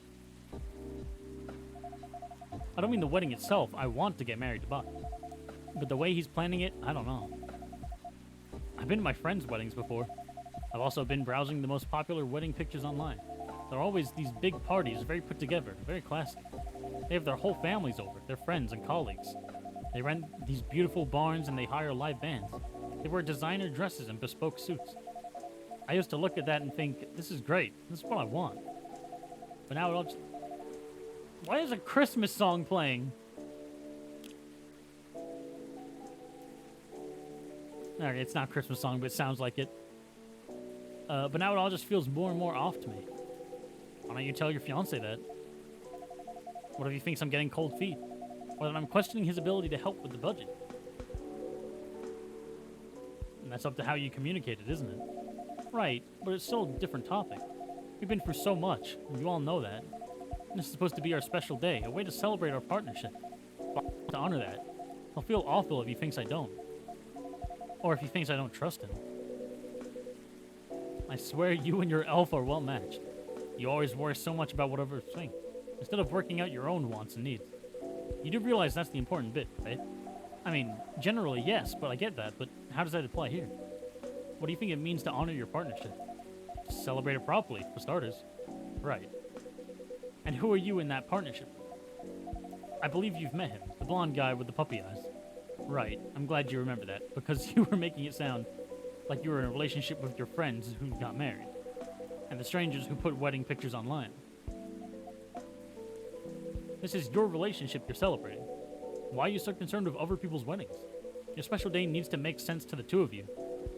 Have it in trainers at a fast food joint if that's what you like. That way you can also take the budget out of the equation. A simpler wedding won't feel shabby if you make it feel properly yours. I still want a pretty outfit and decent food. Thank goodness. But point well taken. It's just, my family might have certain expectations. Did they openly say that? No. Then maybe they do, or maybe they just think they do. The only way to find out is to talk to them. Besides, isn't Bailey's also about to become your family? You sure are the only family he's got. I'm not saying to disinvite everyone or to fight with them or anything, but you shouldn't put their needs above your own. I really shouldn't I? You've given me food for thought. Thanks, Hyde. My pleasure. Amazing how you perk up when you give people advice, Hyde. Maybe you should become a therapist.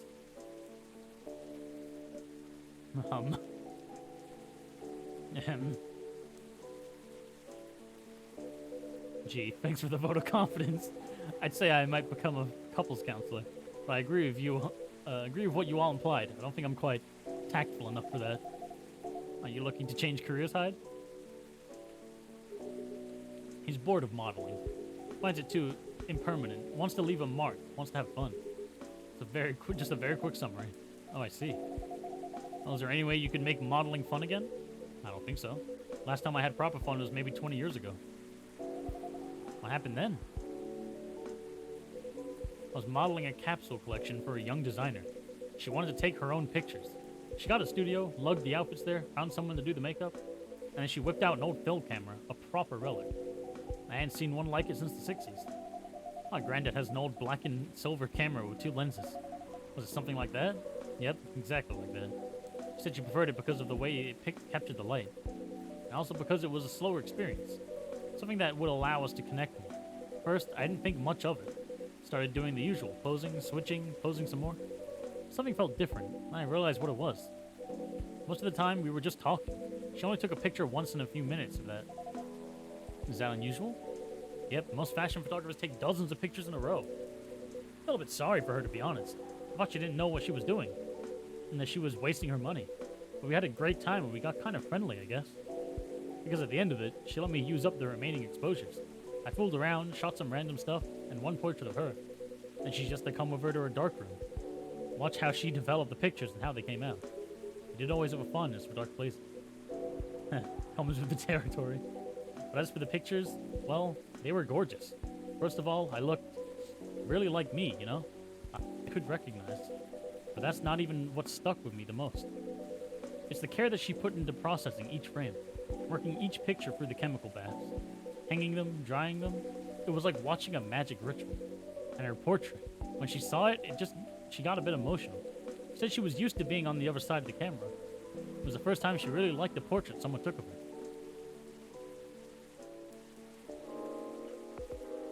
I'm in a weird place these days. It's not like me to tell these kinds of tales, or to launch into soppy monologues. Really, just forget it. No, I think it's a beautiful story. It gives me an idea.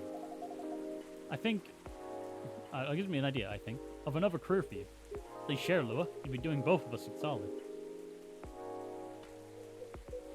Go on then. Oh, maybe it's because I've looked at so many of them recently. But apparently, film is making a big comeback for wedding pictures. And so what you said, it captures the light beautifully. And it's a more personal, slower approach. Maybe you could try that. Who, me?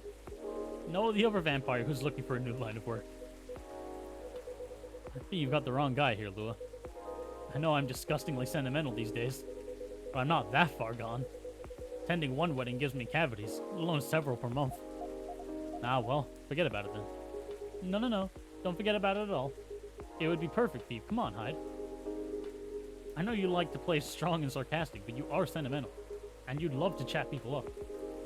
You'd solve all the bridesmaids' drama and offends at the parties. Most importantly, you'd do something for these people that they'll never forget. They'll look at your pics their whole lives. If that's not leaving a mark, I don't know what is.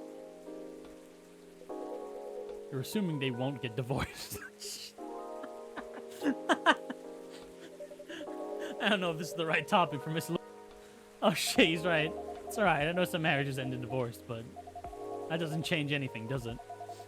Whether a marriage lasts for a few months or several decades, the wedding is still an unforgettable moment in someone's life. The career in the Mafia is really looking up. You're hopeless. I'm falling asleep in my chair now, so I'm gonna head back. Do whatever you want, you thick-skulled vampire. Just don't stay out too late, okay? Yeah, alright. That's my cue as well. I have some thinking to do. And maybe some talking. Thanks again, Hyde. And good luck. I hope your next adventure is a good one. It will be. Good night, Lua. Good night. See you later. And good night, you two.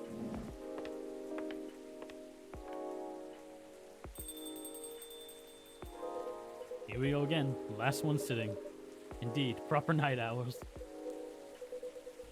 You didn't say anything about that wedding photographer idea. It's ridiculous, right? It's not for me to say, but I wouldn't call it ridiculous. Sounds like you enjoyed the whole film photography experience.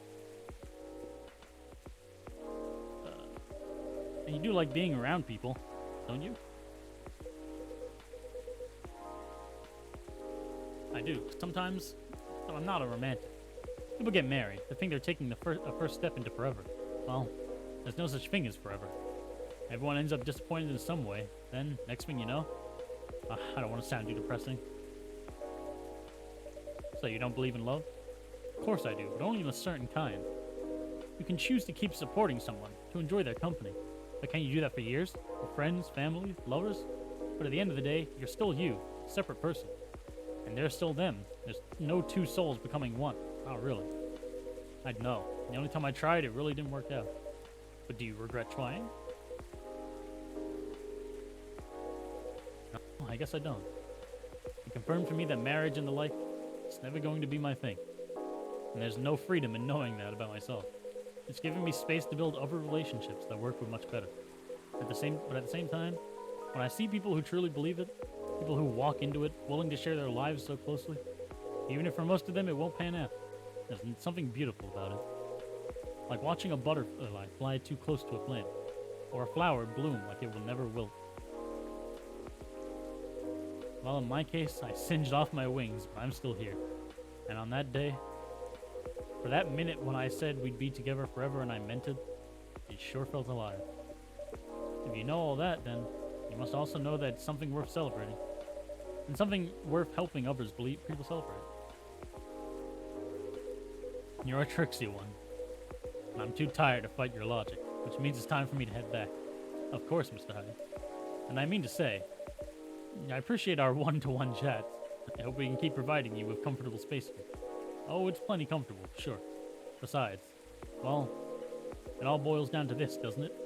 The way time passes for me is very different from anyone else I know. Thank goodness, Gala is from a long-living species.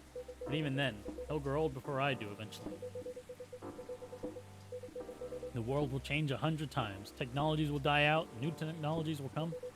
I will feel again the way I feel now, in a century, maybe two. And Lua and Gala won't be around to give me advice. The world won't wait for me. But you will, am I right, Knocker? That is very perceptive of you, Mr. Hyde. Hey, you've grown to know me quite well. Only fair that I know you a little in return. I suppose that's true. So anyway, I'm looking forward to that, to continue our story. It's nice to know that no matter how much time passes, there's always going to be someone here rooting for me. Thank you for your trust, Mr. Hyde. We will make sure it's not misplaced. I know you will. On that note, I guess I'm going to go browse for some film cameras. What's the worst that can happen? Indeed. Take care of yourself, friend. And you as well. So did he just figure out we're immortal? Did he just figure out that we're not human? Fug.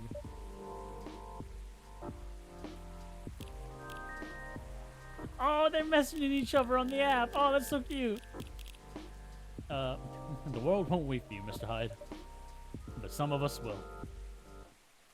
Yeah, did he just figure it out? Shit.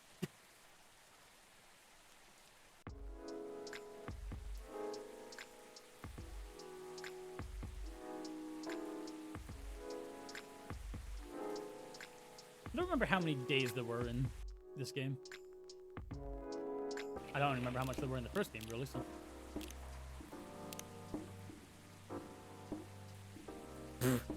Robots asked to give ultimate advice. Elven burnout is real. Here's how to avoid it. Can't have no secrets around these parts. Can't have shit in Seattle. New image recognition tech confuses gnomes with dwarves. A review. Damn.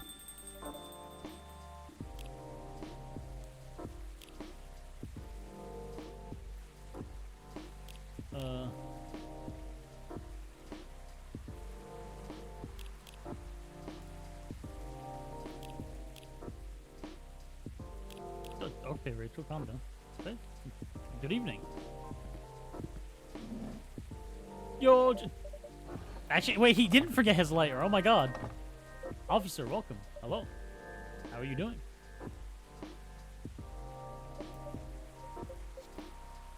Yeah. Officer? Oh, sorry. My mind is kind of elsewhere right now. No worries. Work issues? What else?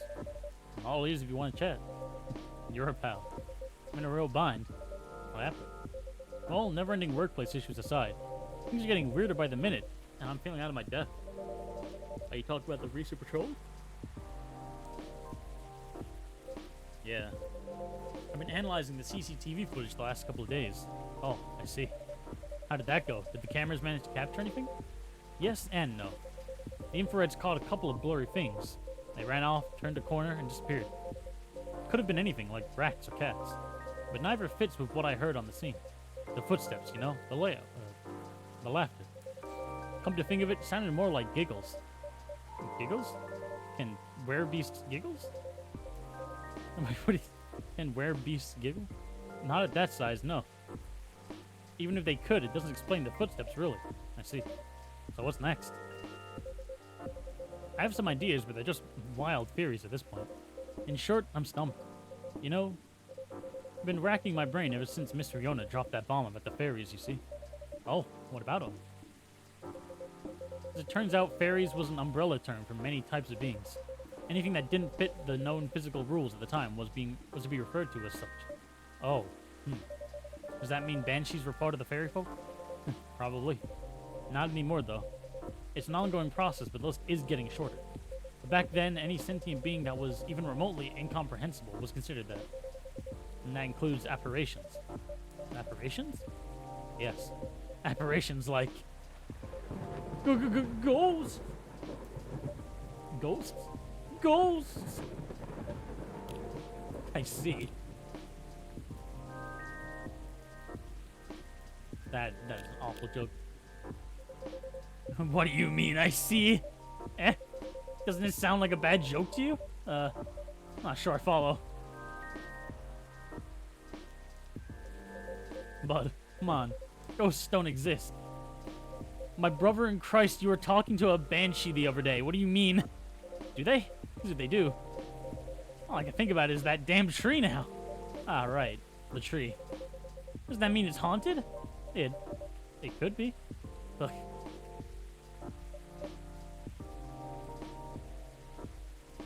I don't get how you can be so calm about this, huh?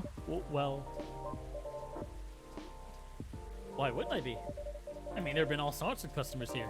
Some of them are so out of this world, even. Really? Sometimes literally. You're right. I guess you're not the one who's being weird here. Don't say that. Everyone has their own peccadillos. What the fuck? True that. If you don't mind telling me, though. Can I ask the reason you're so afraid of ghosts?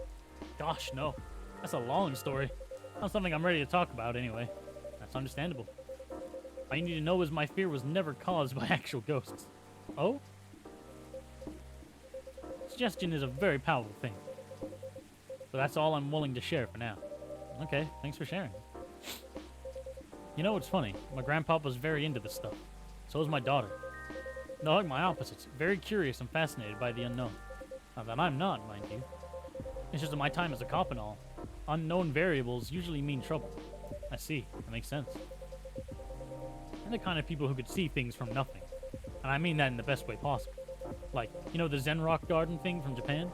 They understand the zenness of it. Now, I don't, but that doesn't stop me from thinking it's chill, you know? I think you almost got it. Yeah? I'm sure he and my daughter could talk about it for hours. Too bad he passed away before she was born. Sorry to hear that. Don't be. On that note, Doctor, you've seen my lighter, right? I'd say I'm pretty well acquainted with that now, yes. My bad. I think it was originally my grandpa's. He brought it sometime after the war ended. It was to commemorate the upcoming new era, he said. In more ways than one. He got honorably discharged due to a severe leg injury he'd never be able to recover from. Ah. At the time, he was living right across the street from the former town hall. For obvious reasons, he couldn't walk far. But it was a good location for him with all the veterans support nearby and all. Right. Now about that street. You see, my grandpa liked to chat.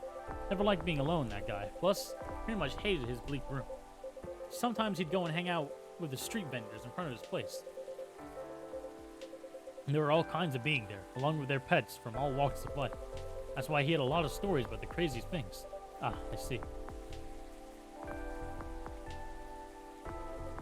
You see, the street's name just came to my mind last night. You take a guess what it is? You mean Burn Street, uh-huh. Bourne Street.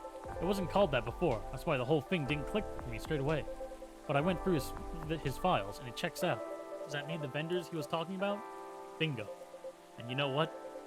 He brought the lighter there. Wow, what a coincidence.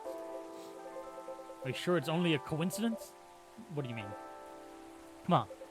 Ain't no way they're just coincidence. Everything is lining up too perfectly if you ask me. Uh-oh. Think about what's happened so far. It was my team that found out about the vandalism. Before they dumped the whole case on me. And my car was hit out of everyone's? Right. Then my luck started tanking. The broken mug, the fan, the black cat. Just tons of weird stuff happening in the past week alone, you see? Right. Then one thing led to another. My team was chose to lead the investigation. And tell me who's in charge of the case? Me. There's nothing the Banshee Lady, your patron with the information I wouldn't... Then there's the Banshee Lady, your patron with some information I wouldn't have thought about. The dead tree stuff, the fairy market. Information I wouldn't even have remembered on my own. Right. And now we know why I kept on losing my lighter, right? How are they not connected? Tell me. Well, if you list them all in order like that, I'm telling you, that place is calling for me. The case is made for me. But they really picked the wrong guy. I'm just real bad at dealing with spooks. They make me question everything I've ever known, you know? But I've always thought you're pretty good at handling ambiguity, officer. Not when it comes to supernatural stuff. Because we don't know enough about what's real and what's not. What will they do? Will they hurt us? Will they bring bad luck? Good luck?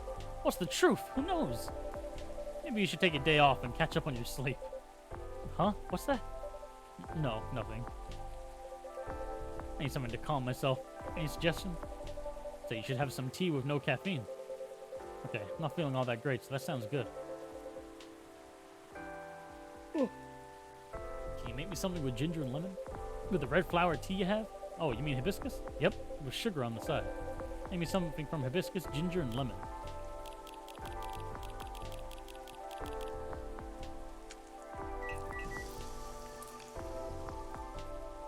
Bissap. Is just a lemon peel in the drink? Here's your tisane, officer. Sugar on the side. Thanks. This is called Bissap? Actually served with this much sugar? Cheers. Whew. That sure woke me up. This drink is much better cold, though. What's the Bissap, anyway? It's kind of a summer drink. My grandpa's friends made it for me when I was visiting. All I remember is that it was a real tart, real sweet, a bit spicy. I see. Does it mean like you spent a lot of time with your grandfather? You got that right. No one looked after him. My parents kept sending me over to keep him company. I didn't mind because he'd always tell the craziest stories. I was a quiet kid, you see. Kept to myself a lot. But his zest for life and curiosity about the unknown opened my mind, more or less. Probably spent way more time at his place than at home. Oh, that didn't unlock a thing for him. Interesting. Do I have max for him? Something?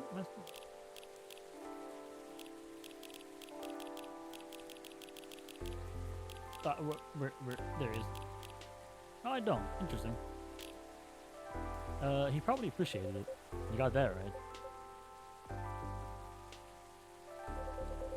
You know the reason I became a cop? I don't think so. But now that you bring it up, I'm curious.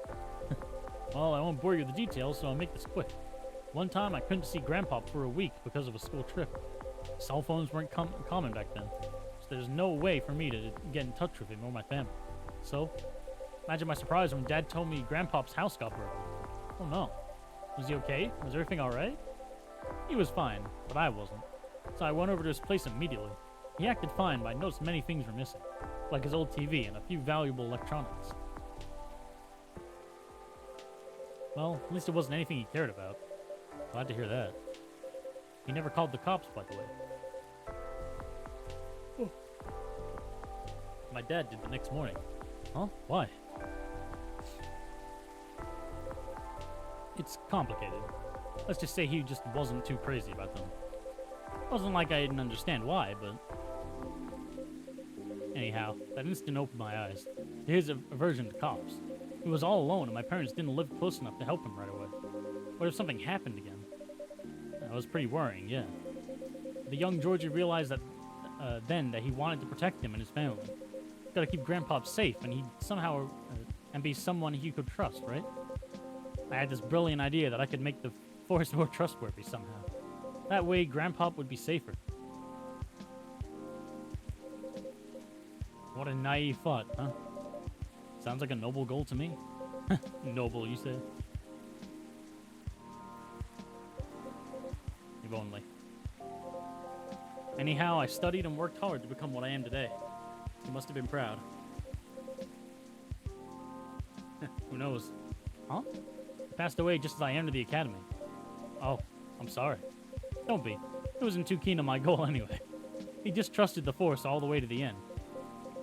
That's why I wouldn't know. Officer. He was probably just worried about you, his dear grandson. Yeah, I know. He didn't hate what I was doing. He just disagreed with it. At least he communicated it well, huh? Maybe that's what I should be doing.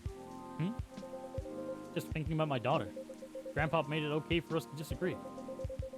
What he told me still made me wise and cautious. So you knew exactly why he wasn't fond of cops? Yep, it's 100% justified. But he always let me make up my own mind in the end. So here I am, living my choice. Right. Time to borrow a few pages from his book, huh? Certainly wouldn't hurt to try. I'm feeling a bit better now. Guess keeping it all in wasn't the best move. Talking about your worries can help to organize your thoughts sometimes. Is that why you have to talk in your shop's name? More or less. Thanks anyway. I really did nothing much. Are you going to be okay? Okay enough to start thinking about what to do next. I'm done here for the night. You have a good evening, alright? Please keep me updated, officer, and stay safe. Will do. Was this just the shortest night, or is something about to happen? Alright then. Maybe I'll go check the stocking. Is it the cat? Is it more cats? Oh, no. Miss Riona, welcome. Hello.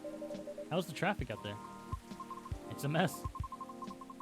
There is construction work taking place on Leonora Avenue. Oof. Can't imagine the gridlock already. Fortunately, I have no deliveries to make tonight. That's great. I'm happy you're here. So anything I can make you for this evening? I'd like something for my throat.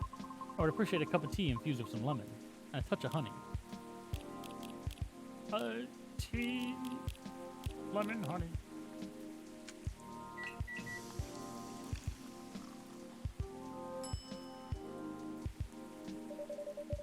Cup of warm midsummer's night drink for you, miss. That's what we call it here. How whimsical.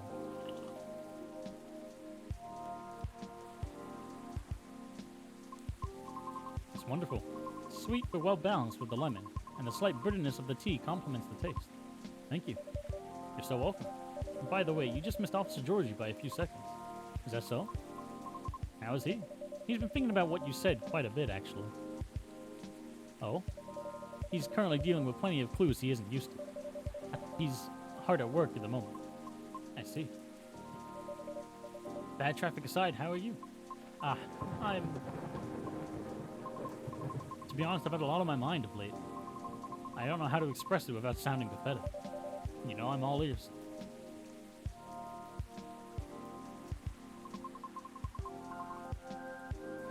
That may actually be part of the problem, I am afraid. Pardon? You know, I've held conversations with more individuals over the past week than I have in the past few years. Is that a good or a bad thing? It's troubling. Oh, sorry about that. I don't mean it necessarily in a negative way. It's just, I used to believe that I had a settled life objective. But I have been doubting it lately. How come? I finally heard back from Miss Rachel yesterday. Oh, any good news? No. Our fields are admittedly quite different, so I was not expecting much. However, she provided me with some contacts who may be of assistance, even though they had no direct connection to the audience I'm trying to reach. Let's see.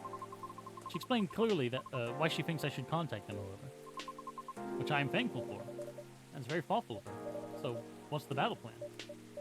And why are you doubting yourself? In essence, the advice is to slowly increase my network to make myself known. Oh? Sounds familiar, doesn't it? You can probably guess my concern about it. I think so, but you could give me a refresher? Just so I don't misunderstand. I feel like that would be a shortcut, so to speak. Right. She did, however, remind me of an important and humbling fact. What would that be? Well... Oh, but it's not guaranteed you'll get anything out of it, don't you think? Unless you're really, really sure that so-called shortcut is 100% gonna work. Because you'll have to do way, way more than just making a few calls and waiting for callbacks, you know? I'd say that's a decent impression of her. Thank you. After that, she told me a story about her early career experiences. Both the good and the bad. Getting noticed is truly only the beginning. And it's either a matter of letting your talent speak for you or to go out there and develop connections with the right people. Even then, there's still no guarantee of success. After listening to her explanation, I respect Miss Rachel's determination. I can certainly see how it worked out for her. But then I was left wondering whether Mr. Lucas meant something similar during our first meeting. Right. I thought it all sounded familiar. Will you try her suggestion then? I don't know. Is it difficult? The more difficult than sending reels to every audition I've come across. And being rejected by every single one. But for some reason I feel conflicted about it. Speaking of Mr. Lucas, he and I have also continued our correspondence. Although, perhaps it was more like a necessity? Oh, did something happen? He was stuck. Pardon? Actually, he posted about it on social media last night. Oh? I might have seen it. Did you? I came across him when I was updating my schedule and responded out of concern. This is when he said he didn't know where he was. And he called me almost immediately. He was loud. All sounds in order. And extremely drunk. Really? He denied it at first. But it was too obvious not to notice. He told me he was walking aimlessly deep in thought and entered Cary Park without realizing he had done so. Must have been some deep thinking he was doing because I think it rained pretty hard last night. Well, I wouldn't know. The bus to and from there is currently not operating after 10 p.m. Which is why I sent him a message informing him of the fact, as he seemed to be unaware of it. Right. So he called me to ask if there was any other mode of public transport nearby. It wouldn't have been easy for him to just call a cab. He told me he wanted to know the city better. At midnight? Why not? After all, you operate your business after dark yourself. Touché. Perhaps he just didn't want to go home yet. And I might be mistaken here, but I thought he doesn't like drinking. Wasn't it partying? Nevertheless, I think last night was quite different. It appears he had dinner with his team, and he needed the extra courage in order to negotiate with them about his proposed new direction. Oh. I see. I suppose it didn't get as expected. Perhaps, and I know the feeling all too well. Miss? However, he said he will keep negotiating until they reach a compromise. That's good. Is it, though? Miss Rachel told me about the hoops she had to jump through at the beginning of her career of her teammates as well. Likewise, Mr. Lucas has to work hard to obtain approval from his team for his actions. How can they still be so positive? What do you mean? I just cannot picture myself convincing others to give me a chance like that. I almost wanted to ask, why do we have to be at the mercy of others in order to succeed or fail? Can't talent speak for itself? But if I truly believe that, with the number of ejections I have received so far, I should have stopped a long time ago. Right? That's why. Right. That's why it doesn't work that way.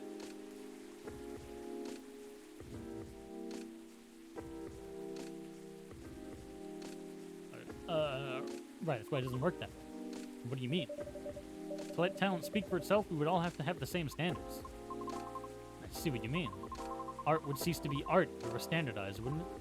However, doesn't that imply that everything still depends on the whims of the individual judging you at the moment? How does someone like Miss Rachel or Miss Lucas manage to be fine with that? Perhaps because they don't see it as the be-all and end-all. What do you mean? Rather than viewing them as judges with the authority to determine their fates, perhaps they simply see them as hills to either overcome or avoid, if that makes sense. Just a matter of perspective as to where the power lies. It's not easy to climb those hills, especially if you've never done it before. Therefore, it's good to try and find out that what works for you, or ask for guidance, or associates even. Because one can't possibly know every single way to overcome obstacles. Or be able to safely recognize warning signs while first learning about them after, or learning from them from others. Is that what you're trying to say? I see. Still. Miss Riona? Yes. Sorry, I got a bit lost in my thoughts. You're fine, I promise. But speaking of Mr. Lucas, what happened to him after the call? I picked him up and drove him home. Well, but I thought you're located in Bulleview. I am. But I still had unfinished business in the downtown area. Moreover, he suddenly began singing quite loudly nearing the end of our call, which led me to conclude that it would be best for me to go and fetch him. I see. How was his singing in your opinion? It wasn't too bad. It's not for the fact that he wasn't screaming most of the lyrics, that is. Well, his hoodie was soaked when I arrived, so he had to take it off before getting into my car. Thankfully, the water did not completely soak through to his shirt, so he remained relatively dry. However, I still had to lay down in the seat covers as his fur got rather wet. Hope he didn't get sick then.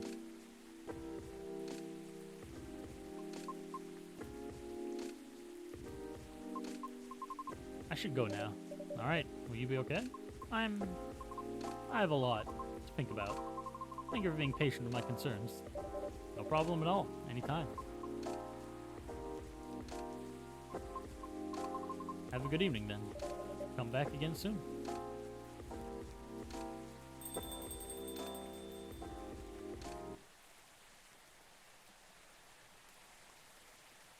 Gotta check something. Oh.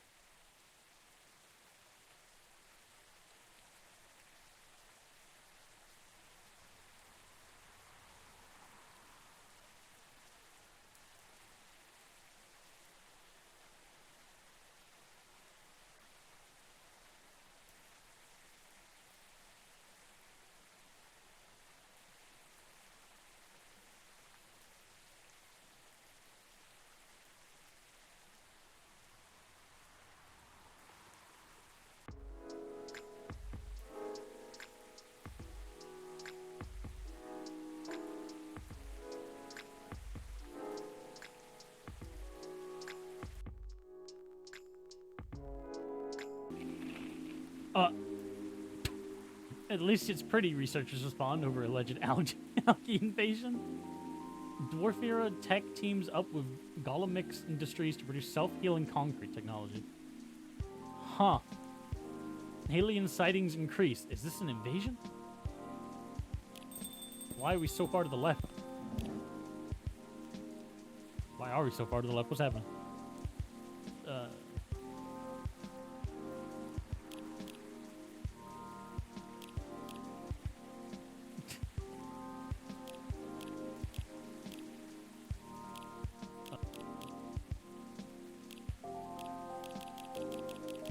Oh, shit.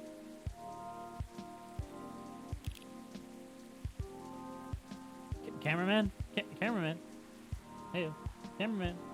Cameraman. Knock, knock. Anyone there? Mr. Bailey's? Hi.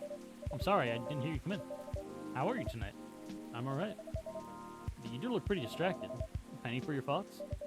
You can have them for free. I was just pondering the hidden side of things. How different the world is under the surface compared to what we think it is. Nothing and no one is exactly what they appear to be.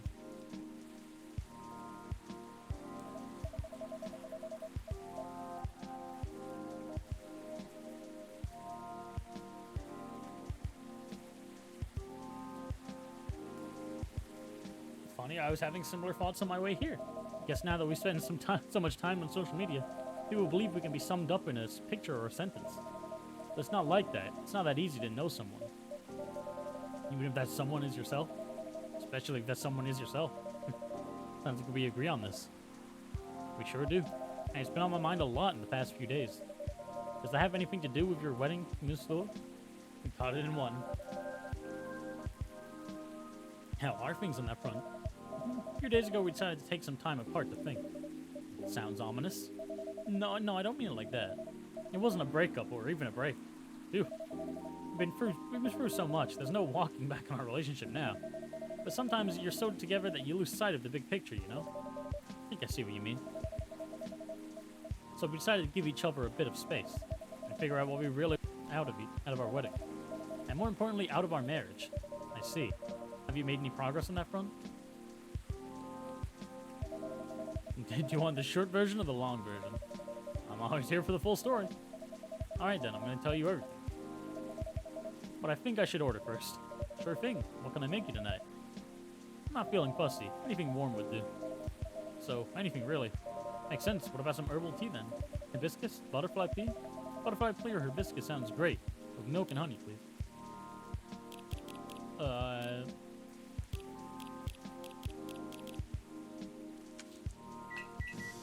Have I already made this drink, though?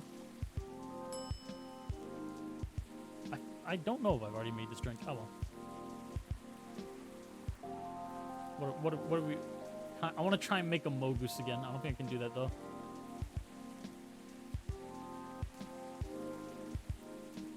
Nah, it's just the cool S now. There you go. It's the cool S that you see in, like, every high school bathroom. Here you go. I hope you like it. It wasn't a drink I had made before Pelio.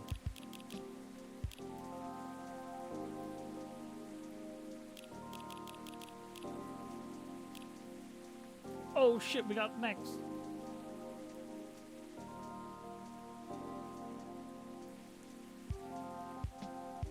Hell yeah. Here we go. I hope you like it. Thanks. It's so nice, and it brings me way back. You know, now I'm not really in touch with my family anymore. Yeah, I'm sorry about that. Don't be. I don't even miss them most of the time. In the end, they're just a random bunch of people, and we don't have very much in common. It's good that you've learned that about yourself, Mr. Bailey's. I think so too. There's just one person I miss, but I've been missing her for a while now. Ah, someone who passed away, I'm guessing? Exactly. Spot on again. I used to have a very close relationship with my great-great-aunt. When I was little, my parents fought all the time. I still remember in my bones how it made me feel. The fear that one of them or both of them would walk away and abandon me. A bit ironic in hindsight, but then it was many years ago. Yeah, it's quite normal for for a little child to care about their parents. No matter who they are or how they behave. That's true. Anyway, I spent almost all my evenings curled up in a ball in my room, trying hard not to listen to all the shouting, especially when my gran came to visit. Not that her being around prevented the fighting, mind you. Elven high society is amazing at keeping up appearances, except in front of family. But she got how it made me feel. As she went out of her way to take the sting out of it. She would keep me company and bring me a cup of herbal tea, with milk and honey in it. Drinking this now with you feels a lot like family again. Sounds like she was a perceptive person. She truly was the best one, but she got sick. Oh no, how did that happen? I thought elves don't get sick. Ah, see, that's the part of elven disinformation. Elves don't get sick with your little run-of-the-mill colds, but they do get big, bad diseases like everyone else. And it's not uncommon for us to die from them. Except there's this assumption in elven society that if you live the right sort of life, you'll pass away peacefully in your bed. So that's what families say most of the time when someone dies. Incidentally, that also means they need to pretend everything is fine until the very last moment. So that's what they did to my aunt. They basically shut her in during her last few weeks. That sounds really awful. I did manage to visit her, and she put on a brave face, but it was clear she wasn't happy. But then she wasn't very happy before that either. At least she had you. It must have been a little consolation, but yes, I'm glad I was able to be with her. I think I came very close to being trapped with those people. I'm pretty sure she would have hated that for me. A little part of me hopes she'd be proud of me right now. I'm certain she would be. Thanks. Here you are, letting me blab on again. That's more than fine, but... do you think growing up among conflict explain why things are, well, a bit difficult to work out sometimes between you and Lua? I definitely think that's part of it. In fact... oh, shit. Is it the two of them? Yeah! Good evening. Hi. And hi. I don't think we've met before. I'm Silver. I'm Bailey's. Nice to meet you. I'm guessing you're Amanda? We are, but you do not appear to be a hive. How did you... Lua told me she ran into you a week or so ago. Oh, the perp. The nice earthling we met on our first night here. That's a satisfactory explanation. And so, are you her date? I'm a little more than that. I'm her fiancé. Truly! Fiancé is is a successful outcome of dates with a 0.013% probability. Congratulations on your excellent odds. Actualization. Thank you. Now, Cafe Offspring. We are wishing for a drink. Cafe Offspring. How did you acquire that new title? Ahem. Alright, sounds like something I shouldn't prod too hard. Never mind me. You're about to order, Amanda? We were. And what we wish for is a memorable parting experience. Ah, I suspected something like that. Last visit in a while, huh? This is accurate. I take it you've completed your research on Earth? Almost. We are quite satisfied with the outcome of our missions. Interesting. It sounds like there's a story there. But first, tell me, what sort of experience are you after? Amanda, please don't blow her cover up. Just, yeah, yo, shush, shut the fuck up. First, tell me, what sort of experience are you after? We wish to have something we have never had before. Time to get creative, then. Yes, take care not to reuse any ingredients you have served us in the past. I don't fucking remember that, Amanda. What the fuck? I don't think I've given her any of these. It's not a special drink. Hold on. What if I just... this is reuse.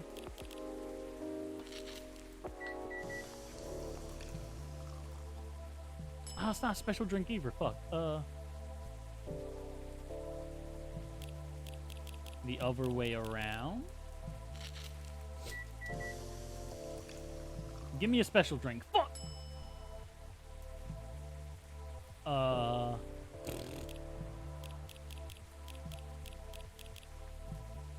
I don't remember what drinks I've given her. It's crazy.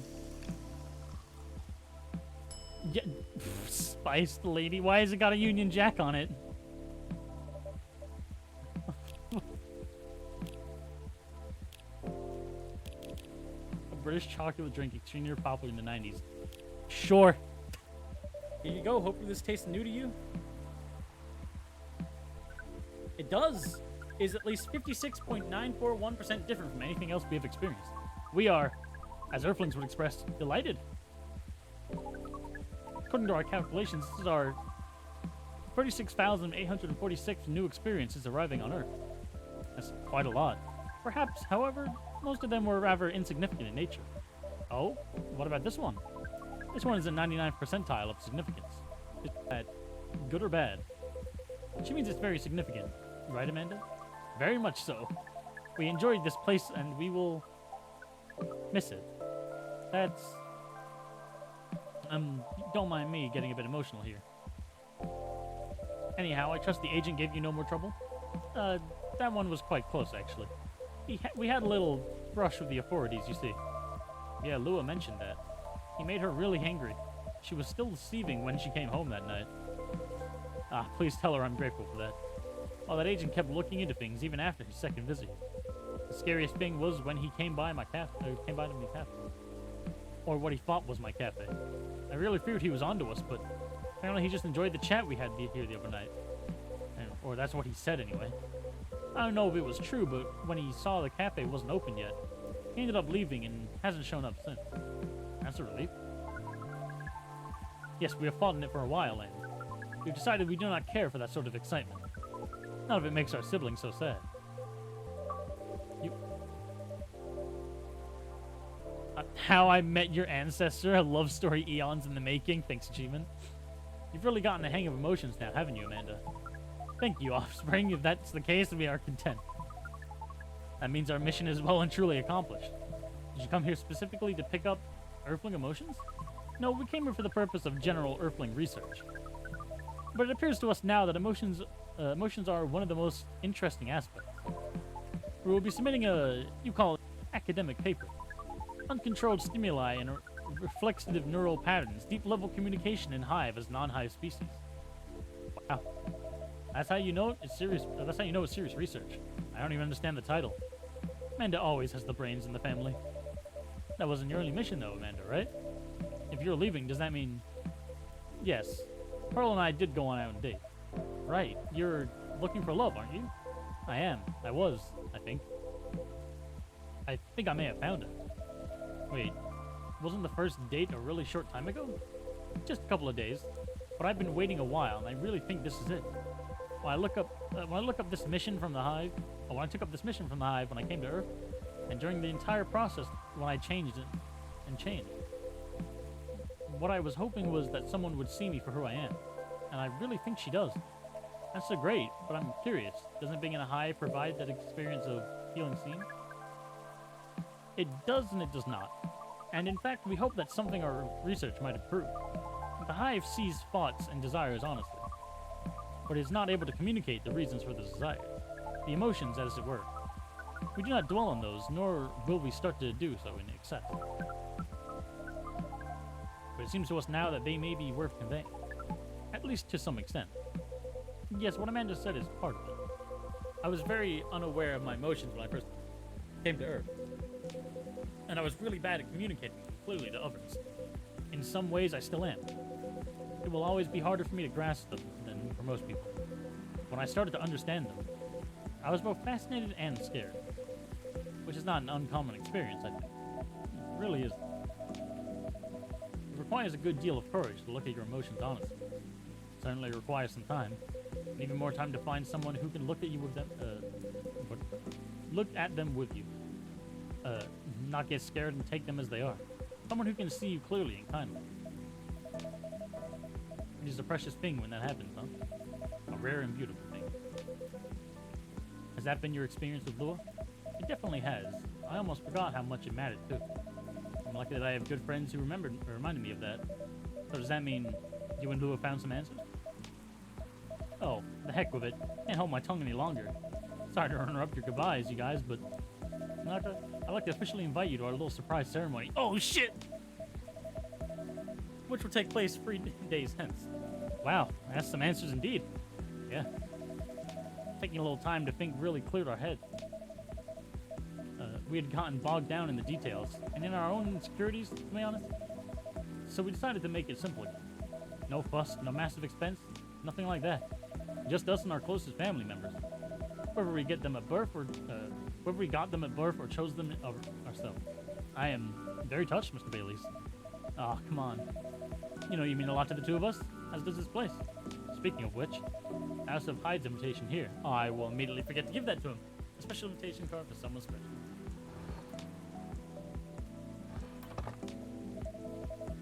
I'll Hyde and Gala's invitation, seeing how that's obvious. That's his obvious +1. But what am I going to wear? That's a good achievement. Would you give it to them when you see them? It would be an honor. Silver and Amanda, I don't have a card for you, but you're in the cafe family as well, so I'm sure Lua won't mind. Would you like to join us for the party? Party? This is our first experience being invited to a party. It is 99.999% pleasant. And 0.001% disappointing that we have to refuse. Yes, I truly appreciate the offer, Bayliss. Sadly, we're leaving Seattle tomorrow. Really? That's more sudden than I expected. Are you going back to space then, Amanda? Not yet. We are going on an adventure. That sounds exciting. It really is. Amanda and I are taking a trip through the country. Maybe even a bit further if we've got time. We're basically going to be tourists. Tourist is such a fascinating concept. Although our sibling explained it to us multiple times, we still find it very hard to comprehend. We always thought that traveling must have a mission, a purpose. But it seems that tourism is traveling with no other purpose than traveling, which is in essence circular reason. It may well be, but it's still a lot of fun. In fact, I say that the real purpose of tourism is to have fun, to relax, to see beautiful things, to enjoy life, you know? Enjoyment as a purpose. That is new to us, but we are 99.999% excited to try it out. And so am I. I've never been out of Seattle since I arrived. I guess I was afraid that I wouldn't be able to blend in. That I would have to restart everything from scratch. But knowing that you're here, that I always have a place to return to where I feel at home, well, that makes me a lot less nervous. I'm very happy to hear that.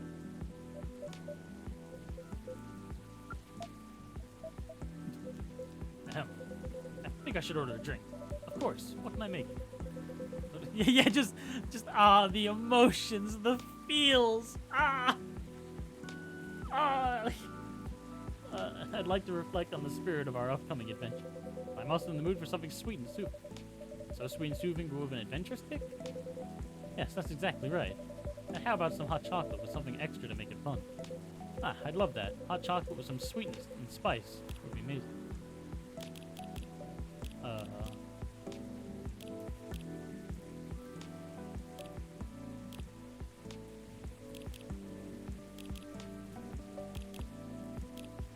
Maybe.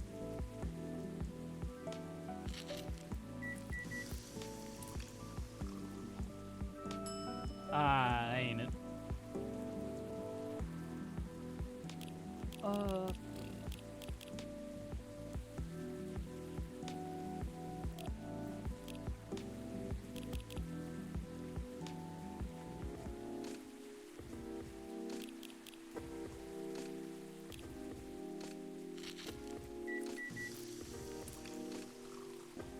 Yeah, that ain't it either.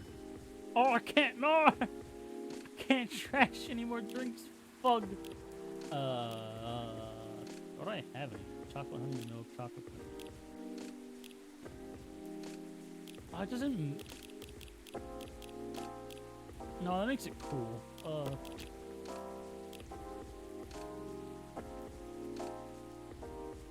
I guess if we just do some sweetness and some spice.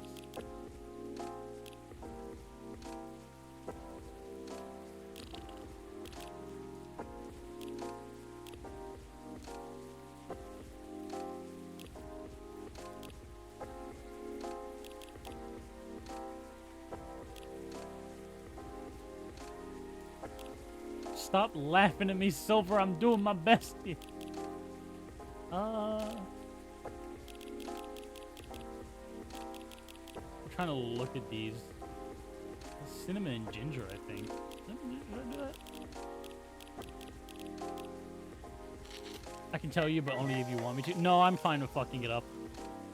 Well, I have no choice.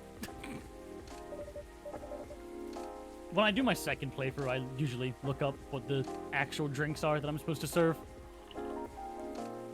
So I can be stupid the first playthrough. It's not quite there. But never mind, I'm so excited I can barely taste anything anyway. I like seeing the options I get if I fuck up, which is most of the time. I can imagine. A first trip across the country is a big deal. It is, but that's not the only reason I'm excited. I got it right in accent, lol. Hell yeah.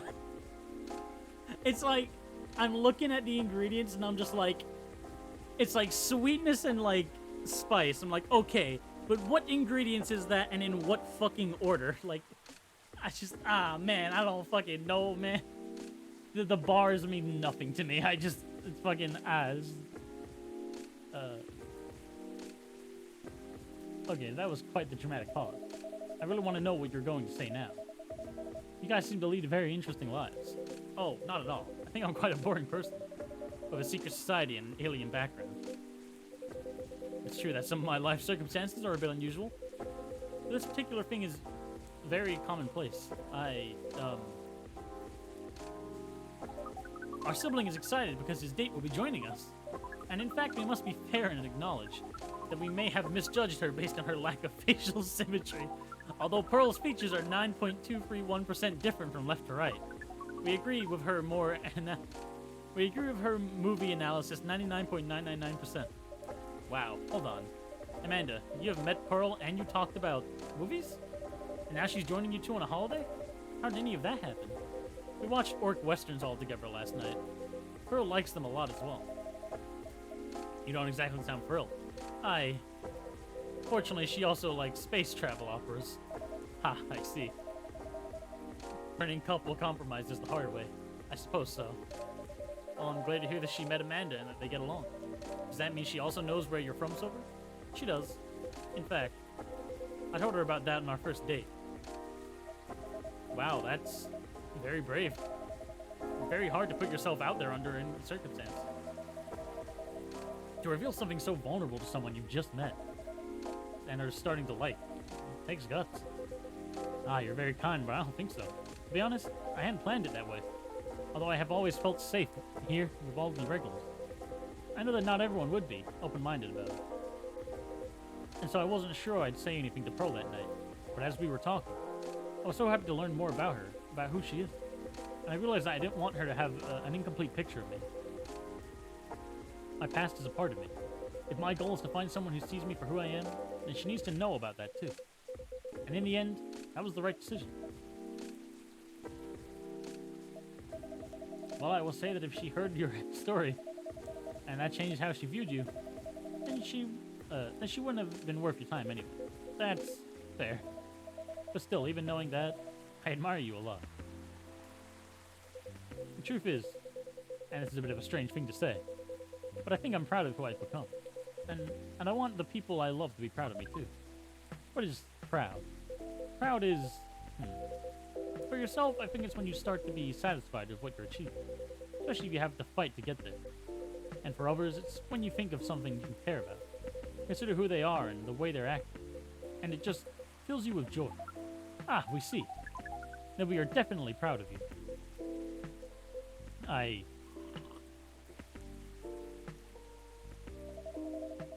You are a really sweet family. And so are you, Miss Lua, and so are you. So are you and Miss Lua, Mr. Bailey. True. Chosen family can also rock. Yes, when we met Pearl, we came to the conclusion. There is no difference in nature or expression between family that you are born with and a family that you acquire by choice. Both demand work and understanding. There may be minute differences in the specific process, but the bond appears to be 99.999% similar in the end. So it is. Well, we should probably get going. Yes, we must. Go back. I'll go pack. First time I see someone get excited about that specific part. What Amanda really means is that I must pack, while she analyzes the Earthling rituals of folding shirts, rolling up socks, and so on. Precisely. This is perfect information for our research. We are thrilled. Good luck, Silver. Indeed. Do enjoy your trip, both of you. I hope you'll tell us all about it when you're back, Silver. I will. Good night to you two, then. Hasta la vista, strangers. Huh? Orc Westerns. Ah, bye to you too.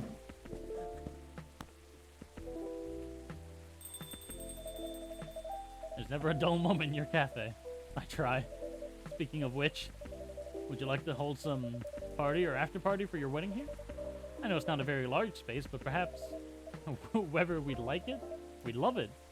Honestly, I didn't want to impose, but there's no place that could be a better fit. And I don't mind that it's not very large. It's going to be a small, cozy wedding. So this is perfect. It's settled then. Ah, Lou is going to be over the moment when I tell her. Or over the moon. In fact, I'm going to go and tell her now. Very exciting prospect. It really is. Thanks again. You're like a guardian angel for us. And on that note, I'm off. Good night. More like a guardian hive mind. Good night, Mr. Baileys. Guardian hive mind. Being busy.